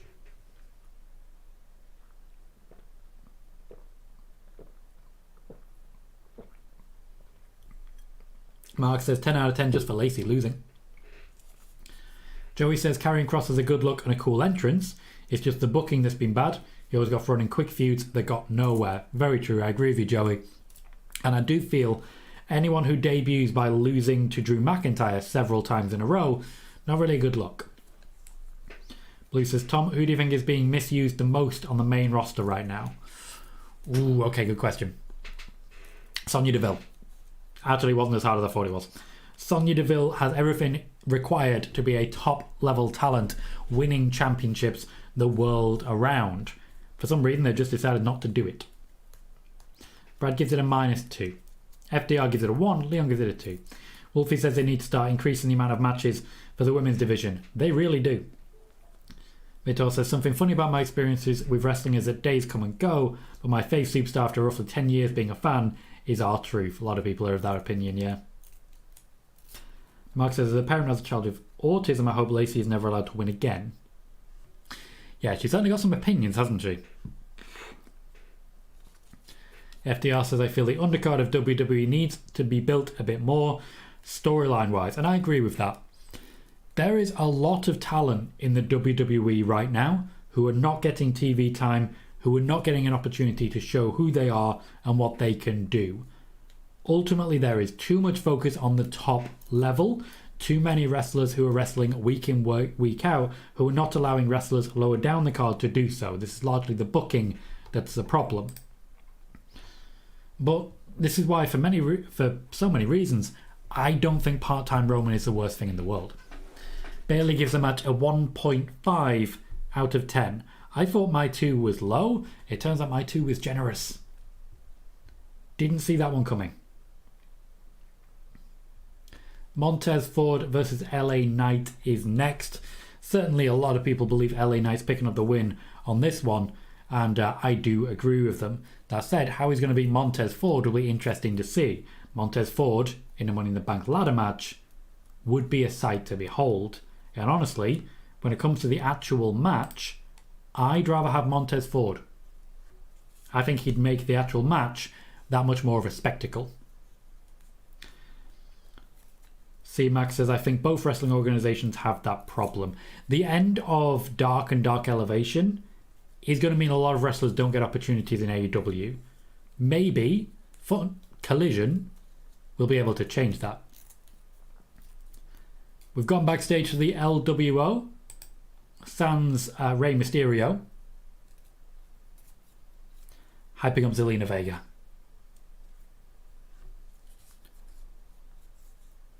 Santos Escobar has an opportunity to be in Money in the Bank ladder match. I'd also quite like him to be in it. Escobar versus Montez Ford versus Ricochet in the Money in the Bank ladder match would be quite fun. There's Rey Mysterio popping up.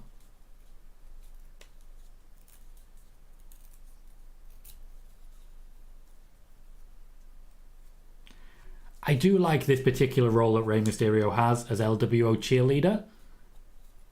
He's really helping their growth and giving them a lot of TV time. They've been a breath of fresh air on the main roster, just really upbeat and positive people who are putting on really good, really fun matches. I'm very happy with it. Mark says, wouldn't hate the LWO winning the Money in the Bank, to be honest. Nor I. They are still very much in the developing brand, but they've got really bright futures ahead of them. And I can see them doing very well in as regards tag team championships as well. It's another one of the reasons I do think we need to split the tag team championships, even just considering who we've seen. Pretty Deadly, Brawling Brutes, Street Profits, LWO. That's just on this show. There is plenty of talent there. You give the Street Profits those championships, get them to work at Pretty Deadly for a couple of matches, Brawling Brutes for a couple of matches, and then you look at people like Viking Raiders, for example. They could really make something of that opportunity. I very much enjoy it. FDR says, quite fun seeing the whistling thing Escobar had along the weeks. Dom says, this will be interesting. I want Ford to win, but would not be shocked for an LA Knight win. Nor I would not be shocked at all. Justin, thank you kindly for that very generous donation, $5 donation, which goes into the funding of the channel. Every donation that is made, by the way, goes back into the growth of the channel at the moment. I'm essentially making a living on the full-time job, and my focus is on keeping the channel growing. So thank you for those donations. Thank you, Justin, as well. It says, prediction, Bray and Howdy return at Money in the Bank. Hashtag the last man. I would hate to see Bray Wyatt in the Money in the Bank ladder match. It makes me nervous thinking of Bray and ladders. Montez Ford and LA Knight about to go to war for a Money in the Bank ladder match spot. Bailey says, how much heat would someone get for heat for cutting Bianca's braid after a match. She doesn't need it anymore, and it would get lots of attention. I'd imagine there would be a lot of interest in doing that. But the WWE pushed that as her real hair. So it's a once-in-a-lifetime opportunity. Give me Sonya Deville versus Bianca Belair in a hair versus hair. After all, Sonya's been happy to be bald before, and I'd be very interested in that match.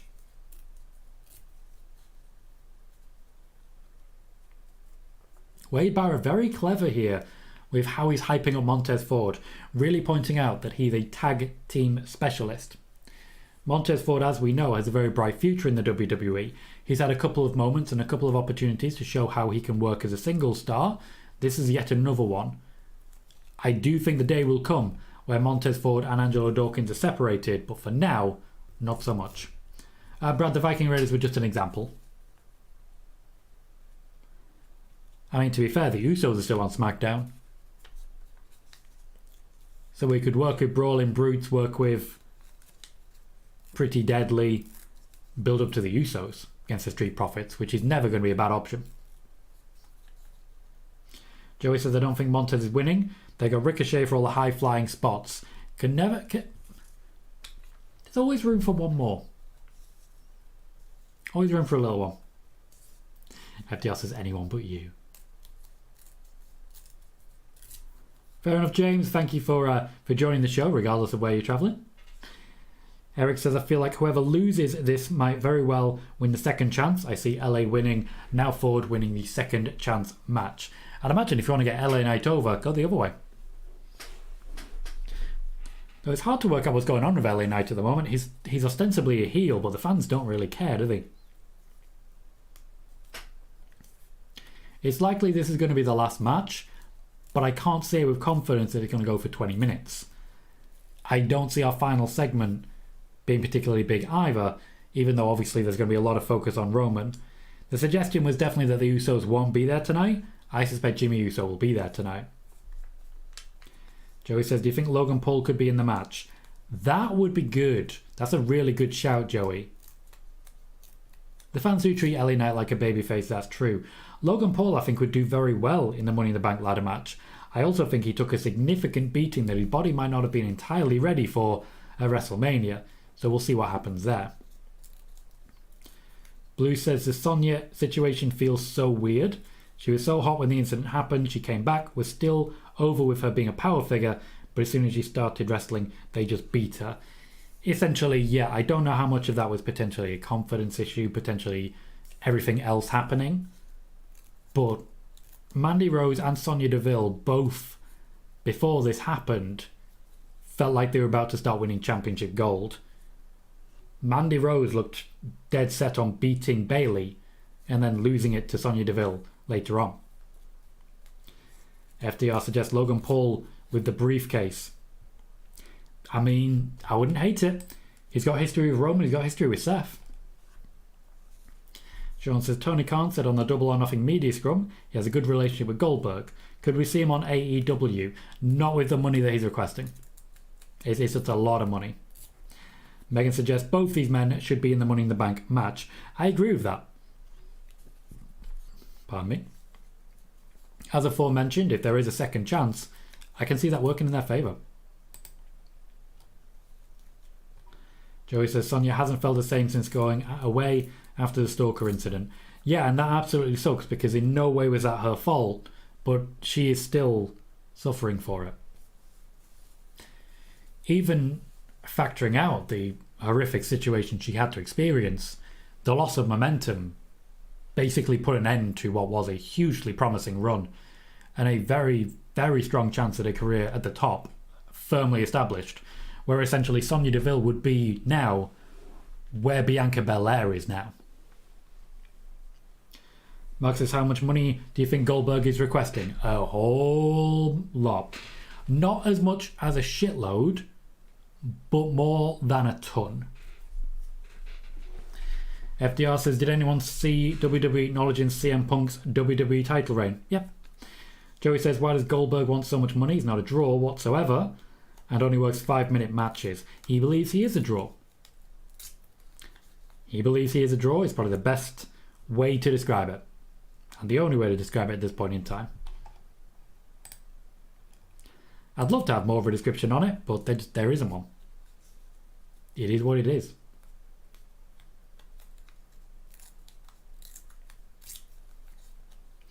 We are back live on SmackDown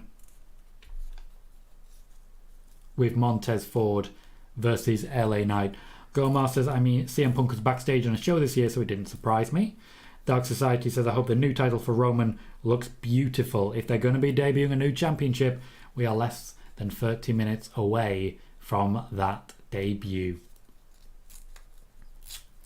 Triple H, of course, is making changes to SmackDown, setting the agenda for years to come, as I mentioned earlier today on Twitter. We've seen a clear reset of the women's division, a clear sign of here's who we have and here's who the challengers are going to be, with Io Sky clearly positioned as a top level threat. Bianca Belair, though, still in the way of Asuka. Meanwhile, there's certainly a push on some of the tag teams, a work towards Sheamus versus Austin Theory. That isn't necessarily new. They were building that for the last few weeks, and whatever happens next with the Bloodline is going to say a lot about where we're going. Joey says Goldberg should go back to working on his muscle cars. Seems like it's the only thing he's good at. He does get crowds hot. I don't think we can deny it. He gets crowds hot. He gets crowds going. People like to see him there, win or lose. Thank you very much, Raven Hawk, for subscribing on the YouTube side. You'll get a notification every time we go live for either our SmackDown watch parties, we do these every week, and our Monday and Friday spoiler warning wrestling news show. We also do shorts, which is just wrestling news, quick hits. So basically, you'll get videos of lots of different wrestling channels who give you the news in like 10-minute bursts. I give you the news in 20, 30-second bursts. Here's what's happened. Here's where it's come from. Here's what it means. And we also do some more in-depth stuff as well, which you may enjoy too. Welcome, Ravenhawk. Eric says, Tom, I think I have a very interesting pitch for Women's Money in the Bank if you're interested. Of course I'm interested. That's what we do here. Dive in. Dive in. The crowd are hot for the Montez Ford LA Knight match. It definitely looks like they do not want LA Knight to pick up the loss here. Pretty strong LA Knight chant coming from the fans. I don't think he's winning that briefcase, but certainly the more fans do that, the more likely it's going to be. Triple H could be hearing. Double clothesline. Suggests interference here. Dark Society says he probably won't see a 1,000-day title reign for decades. I'm glad I'm around to see it. I personally don't think we'll see another championship reign at this level. I just don't think we're going to see it. And James is saying Goldberg is going to be in Money in the Bank. That would be awkward for everyone involved.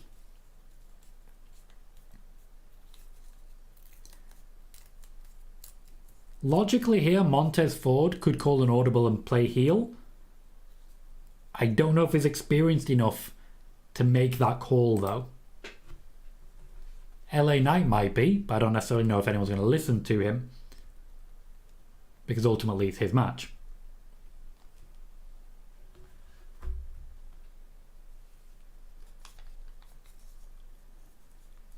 We've slowed down slightly while they work out what they're doing. LA Knight wrestling as a face there. The jump up to the top rope.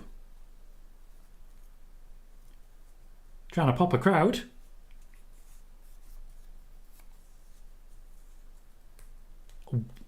We have definitely slowed the pace slightly. LA Knight cheating to pick up the win. Fans don't care.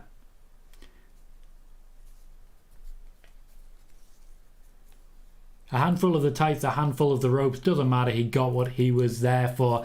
LA Knight has beaten Montez Ford and qualified for the Money in the Bank ladder match. Once again, I don't personally see him winning winning the briefcase, and certainly not winning the championship, but it's still a good moment for LA Knight and his future. Dark Society says we're so close to Roman tying Pedro Morales on June 23rd. FDR says when you're over, you're over. And Blue says thank the maker. LA Knight is bringing a ladder into the ring to climb up and grab himself a briefcase. Go for the thicker one. The thicker one is the male one. He's just sitting underneath to get the photo taken. Clever photo op. Well played. That's experience right there. Megan says, I still think Dom is likely for the briefcase. Her fear about Solo Sikoa Money in the Bank win, which did sway me. Dominic would be a very good shout. And I gotta be honest, I'd be having him win.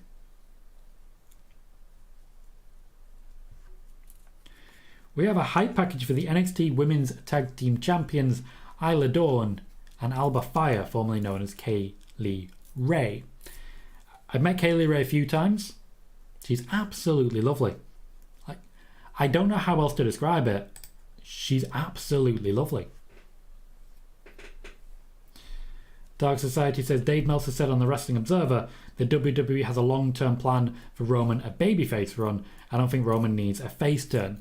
That seems to be suggesting that Solo Sikoa will be a heel, because Dave Meltzer has previously pointed out that Roman versus Solo is a long-term plan. Dave Meltzer's definitely a guy for long-term plans. FDR says, does Roman even want to turn to babyface? So I don't think he does, personally. I don't think that's for him.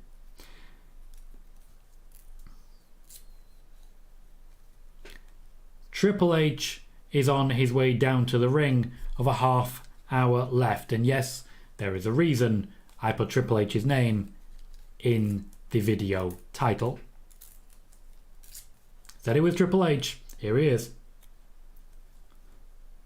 Joey says, did you ever get to meet Gunter or Pete Dunne? I've met Pete Dunne. I've interviewed Gunter, again, twice.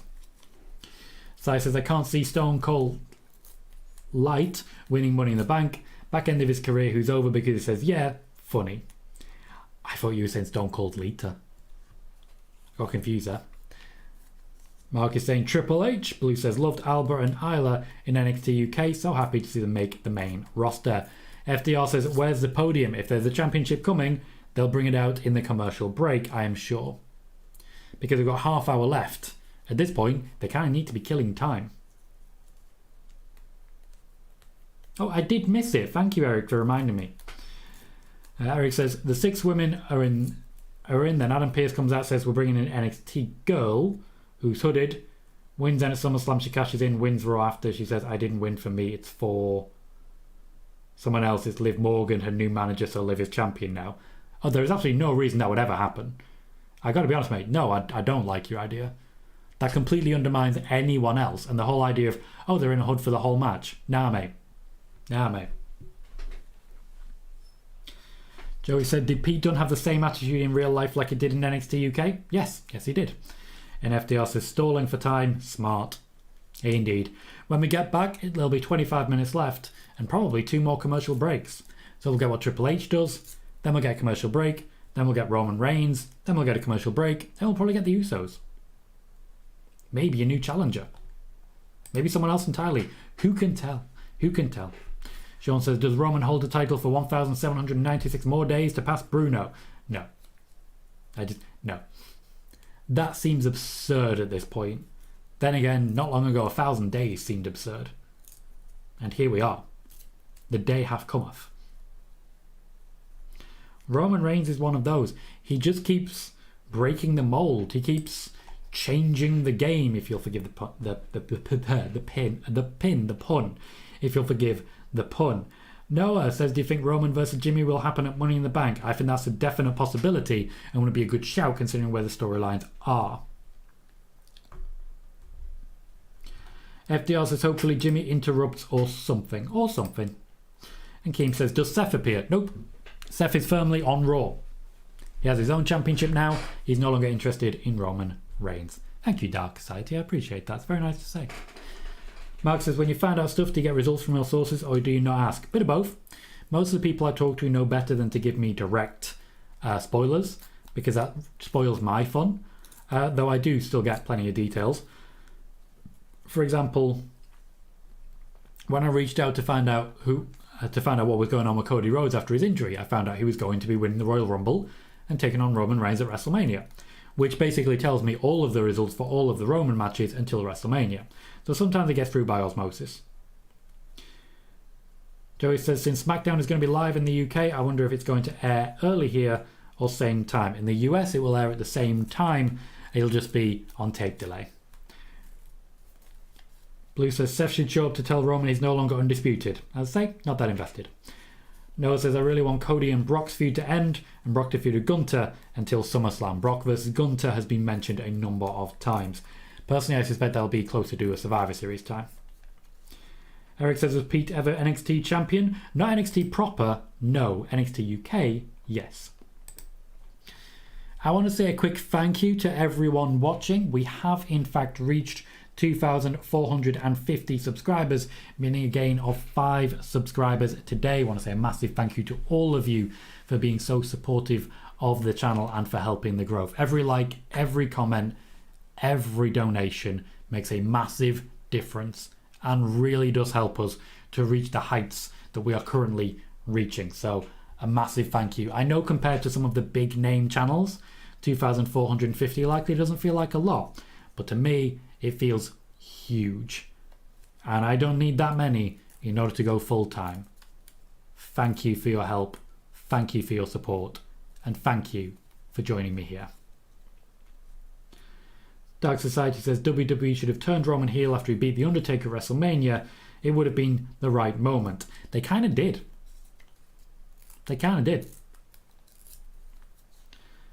FDR dropping tables. Thank you, FDR. Noah says, do you think Jay will turn on Roman yet? Nope. C-Max says, since we possibly see Seth versus Roman again since both are champions now. No, they're on different brands and they've been kept separate. Blue says, the LA Knight support at Money in the Bank is going to be massive to a point that it likely undermines others. Oh look, there's a podium.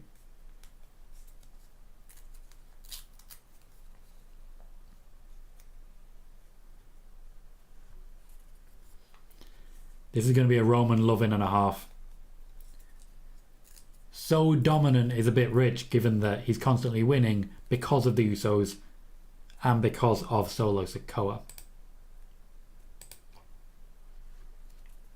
Comparisons to Muhammad Ali and Michael Jordan.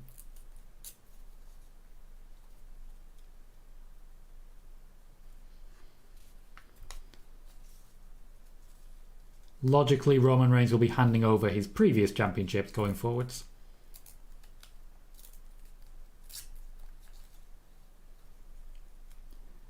That's a response to Roman. It's a welcome. Triple H needs to chill out on this one.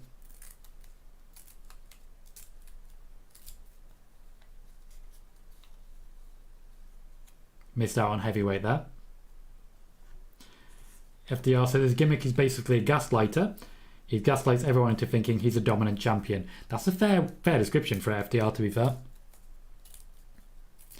The abusive relationship element, that's strong in the Roman Reigns storyline. Clyde, how you doing, mate? Says, cut your life, hit the like button as usual. Hope all is well, Tom, along with everyone else in the chat. Thank you, Clyde. Welcome to the show. How you doing, mate? James says, what's going to happen to the 2 belts? I'm confused. Logically, he should be handing them over.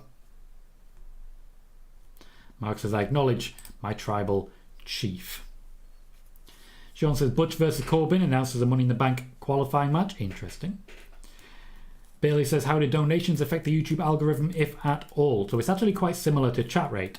So there are a number of different metrics when it comes to YouTube. The whole thing is that if a channel and a show looks like it's getting good engagement, YouTube will offer more recommendations to people to come and watch it.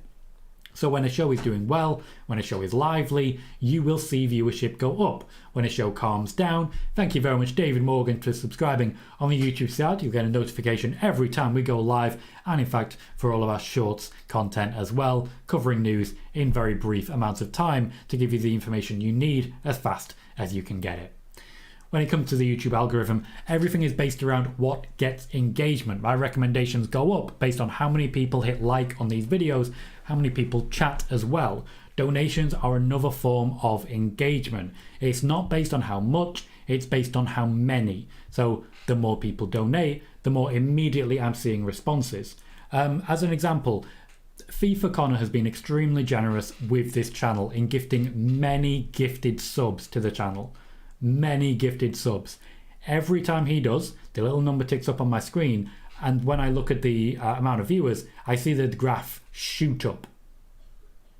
Because not only are you telling YouTube this channel is worth watching, you're telling YouTube this channel is worth investing in.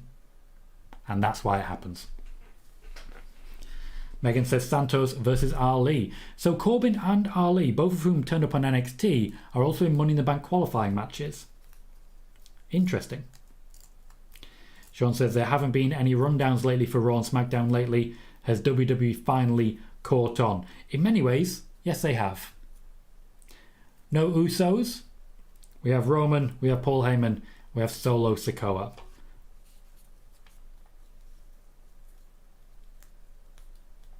I'm just curious as to how Triple H doesn't see how disingenuous this is. Noah says, do you think Brock will feud with Seth after Cody for the new title? Possibly, it'd be a good way to establish. James says, sometimes you wonder if there will ever be a 2000-day champion. I don't, personally. And Noah says, do you think Brock will ever face Cena again? Probably not, there's no value to it. Cena doesn't have many matches left, so ideally he needs to be working the new generation.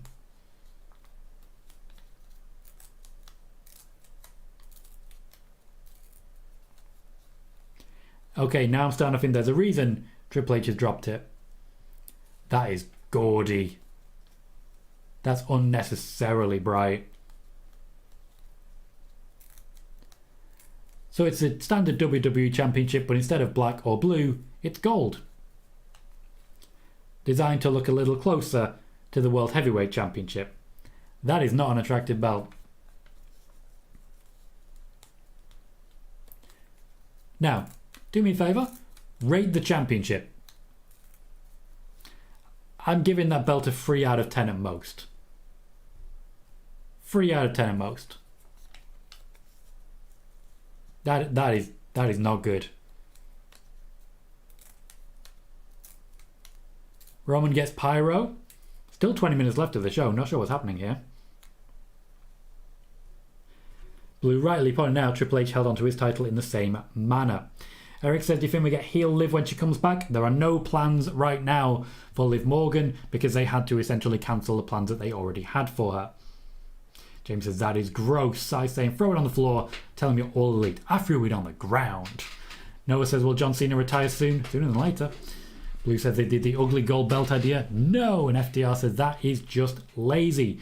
Blue gives it a -5 stars. Leon saying it looks hideous. James saying that's actually disgusting. Not a great response, not a great response. Megan says it's very extra, which is very generous. And Sean says still no belt made for the undisputed tag team titles. Wait for it. Eric says 2, Dom a 5. Kevin just says ugly title. Leon gives it a 2. Sai says the belt's a 2, looks like it's made of plastic. Mark, for some reason, is enjoying it. 9 out of 10. C-Mac says 3. Brad gives it a 2. Martin Harvey gives it a 1. Hogan says if he wears all 3, it'd be great. So, as expected, we started with Triple H, then Roman, and now Usos. Patrick says, is that a Vince idea? Nope, this is all Triple H. Gomar says, what were they thinking? Joey says, ugly. The gold doesn't look good. Jane says, I'd rather have a half red, half blue title. Jaden saying it kind of looks yellow. It's ugly. Gomar says it looks like a toy belt. And Blue says it says undisputed champion, no universal on it. It doesn't say universal on it, but Triple H made a point of saying universal twice, suggesting that it maintains that lineage. This, of course, means that the 1,000 days continue, but it also means the WWE title go bye-bye. Eric says her injury and Lita's injury is painful. Would love to see Liv be the one to retire Lita. No story for that. Joey says Roman 3 belts. Gomar is excited to see the Usos arrive. Jane gives the belt a 1. FDR says I can make better designs with Microsoft Paint. And I hope you do. That'd be fun. Megan says Bloodline Civil War incoming. I think Jey Uso is still going to be undecided on this one. We have another commercial break, so I would love to see what they're doing with the crowd right now to keep them from getting too heinously bored. Noah says Roman does not need 3 titles. Boo! He doesn't have 3 titles. Now he has 1. Just the 1. James says, don't you think it looks better with 2 titles, not just one? Like when Roman loses, someone holding up both will look much better. Debatable. Peter saying, did AI design that? Noah says the belt should go to Solo. Patience. And Blue says Roman should refuse it and walk away with the others. I don't think he has the ability to do that. The other championships have simply been stripped of meaning anything. Kervin, I never played Splinter Cell, but I'm a Metal Gear Solid fan. I'm excited for a new Snake Eater. Moxie says, bro, that belt is trash. So, I don't think we see many fans of the belt outside of Mark. I look forward to your YouTube video, Mark, detailing exactly why you love that belt. You might whip up some controversy with it, and hey, controversy makes cash.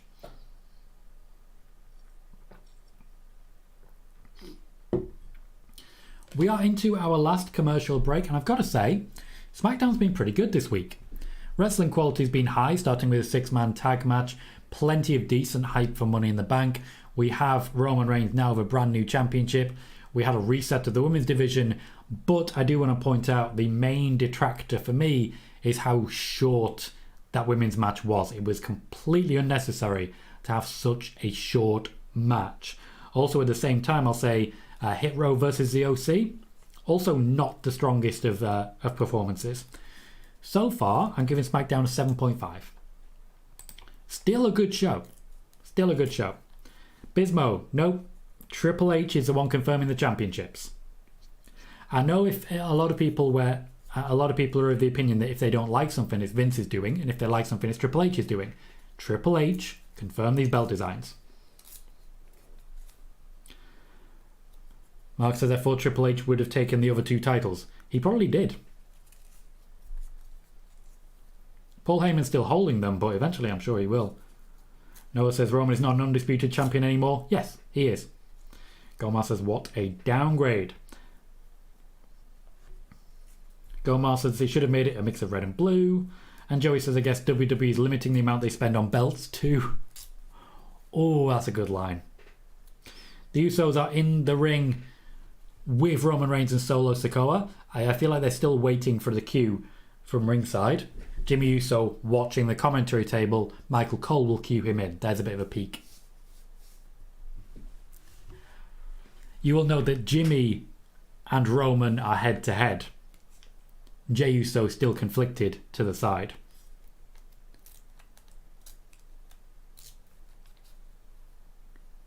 Roman is making his position clear. Jey is not budging. James says the budget for the belt went to the pyro. Hogan says, I guess we'll find out the answers to the lineage questions shortly. All those reports about the World Heavyweight Championship sharing the lineage of the 02-13 title ended up being false. Yeah, as I recall, we talked about that in Spoiler Warning. I made it clear that that was not going to be the case, that it is a brand new championship. So yeah, the rumour killer at that time came from myself. FDR says Jey should only turn on Roman at Money in the Bank. He's been conflicted since day one. Day one-ish. Do you see what I did there?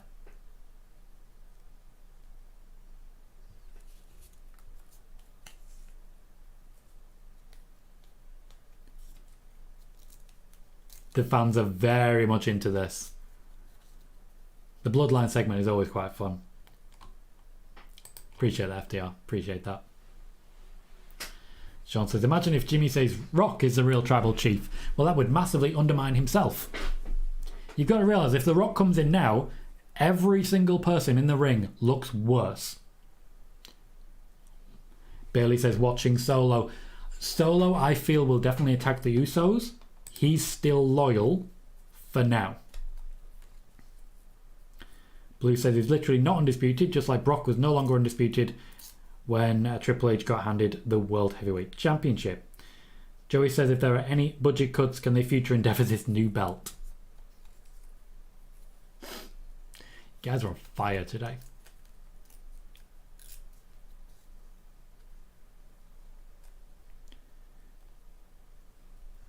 Jimmy Uso has a good opportunity here to really put himself amongst the better actors in the company. He's been, historically, in the Bloodline segment, a bit of a weak link. He's been in the background. He's been sort of unimportant.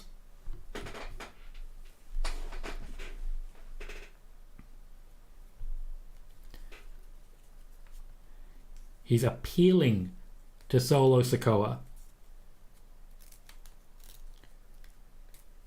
This is good work from Jimmy. FDR says Solo turning on Roman is probably going to be somewhat like Batista did during his run at Evolution, which is exactly what I've been saying for months.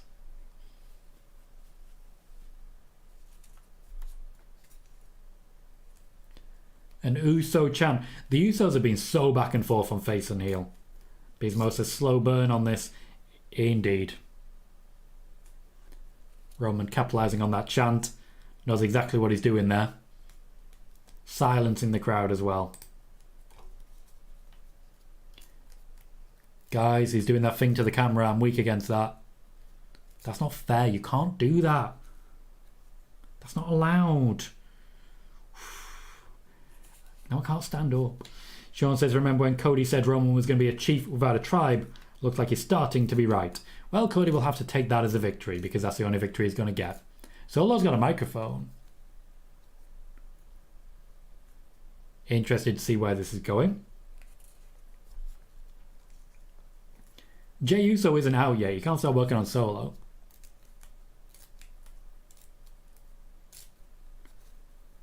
What you got, Solo? Makes clear his affiliation. There's more.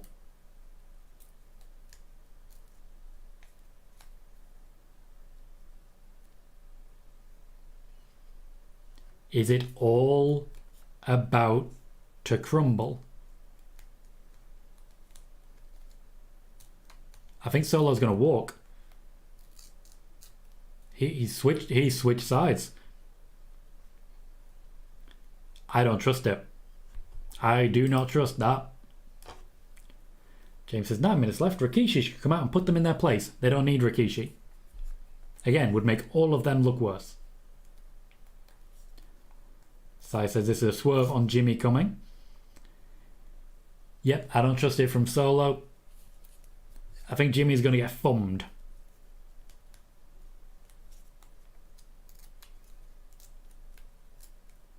Oh, you put hands on Roman. Oh, we're getting personal here. I love how much heat there is anytime anyone does anything to Roman. They are not showing Solo now. They've got him off camera. You can see Jimmy, you can see Jey, you can see Roman. You cannot see Solo. Jey Uso trying to settle it down. Jey Uso advocating for family.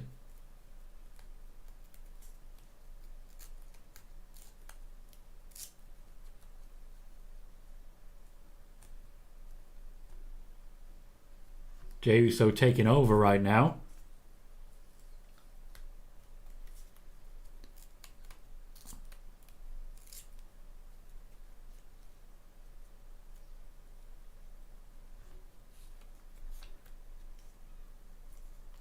Jey defusing the situation completely.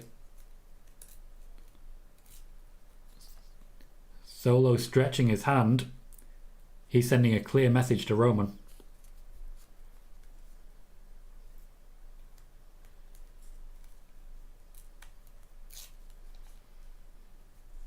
All Roman has to do is show some humility here. That's all is needed.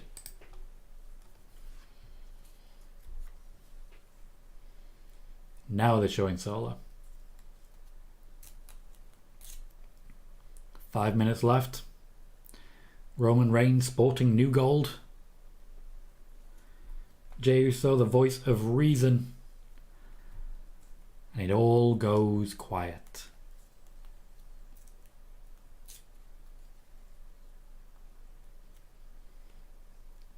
What's the word, Oos?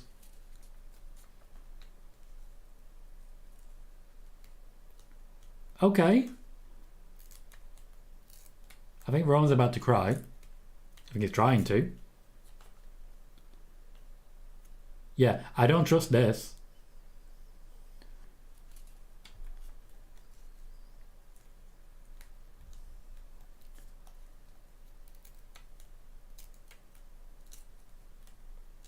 Oh, I love Roman so much. Big hug, emotional moment, no.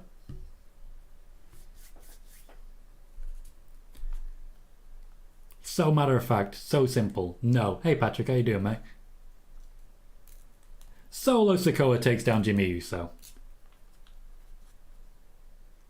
So it took us another 5 minutes, but we got exactly where we were expecting to go. Jay will not intervene at this point. Roman and Solo will walk away. The message has been sent very clearly, very clearly. Solo Sikoa is not on your side. If you want to take down Roman, you first have to go through Solo. I believe the one hit is all it's going to be. It is indeed. Solo is walking away. The message has been sent. The Usos are out.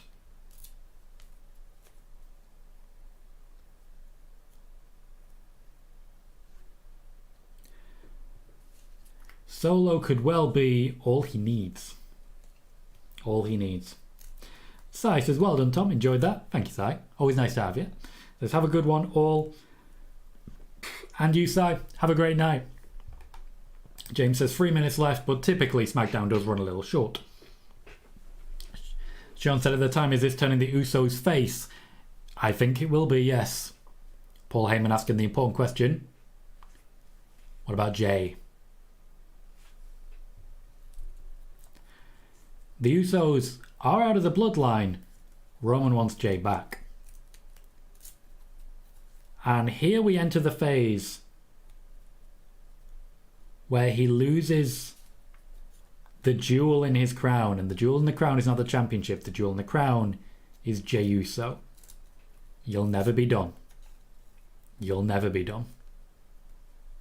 Bailey says we know who the next tribal chief will be. Jey Uso. That's been SmackDown, and I've got to say, a damn good SmackDown at that.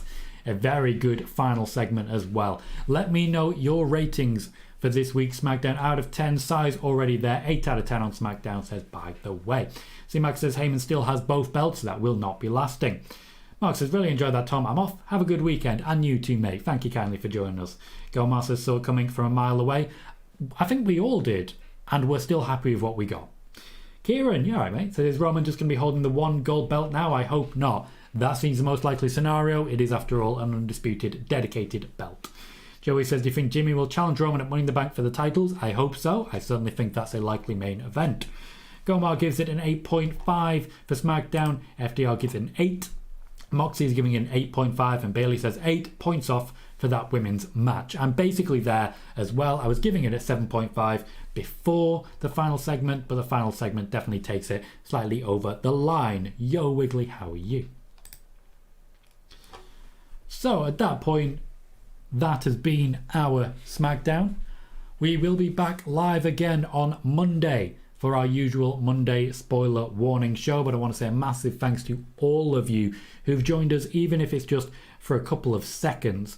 We've reached 984 views. We have broken 2,450 subscribers, and I want to say a big thank you as well for the generous donations that we've seen from Dom and from Justin also. Sai also announcing his membership for a 13th month, so there is a lot going on as regards the channel, and I appreciate so many of you constantly joining us, constantly chatting, and constantly keeping me company. There is a reason I do this, and there are many times when I think to myself, maybe it's not worth it, but it is worth it, because the second I press go live, you guys are here making sure that all of us have a good time. That's the whole point of this, and I'm grateful for all of you for doing so. Until next time then, huge thanks to all of you. Wrapping up as per usual, I've been Tom Colohue, you have been fantastic, and I will see you all very soon.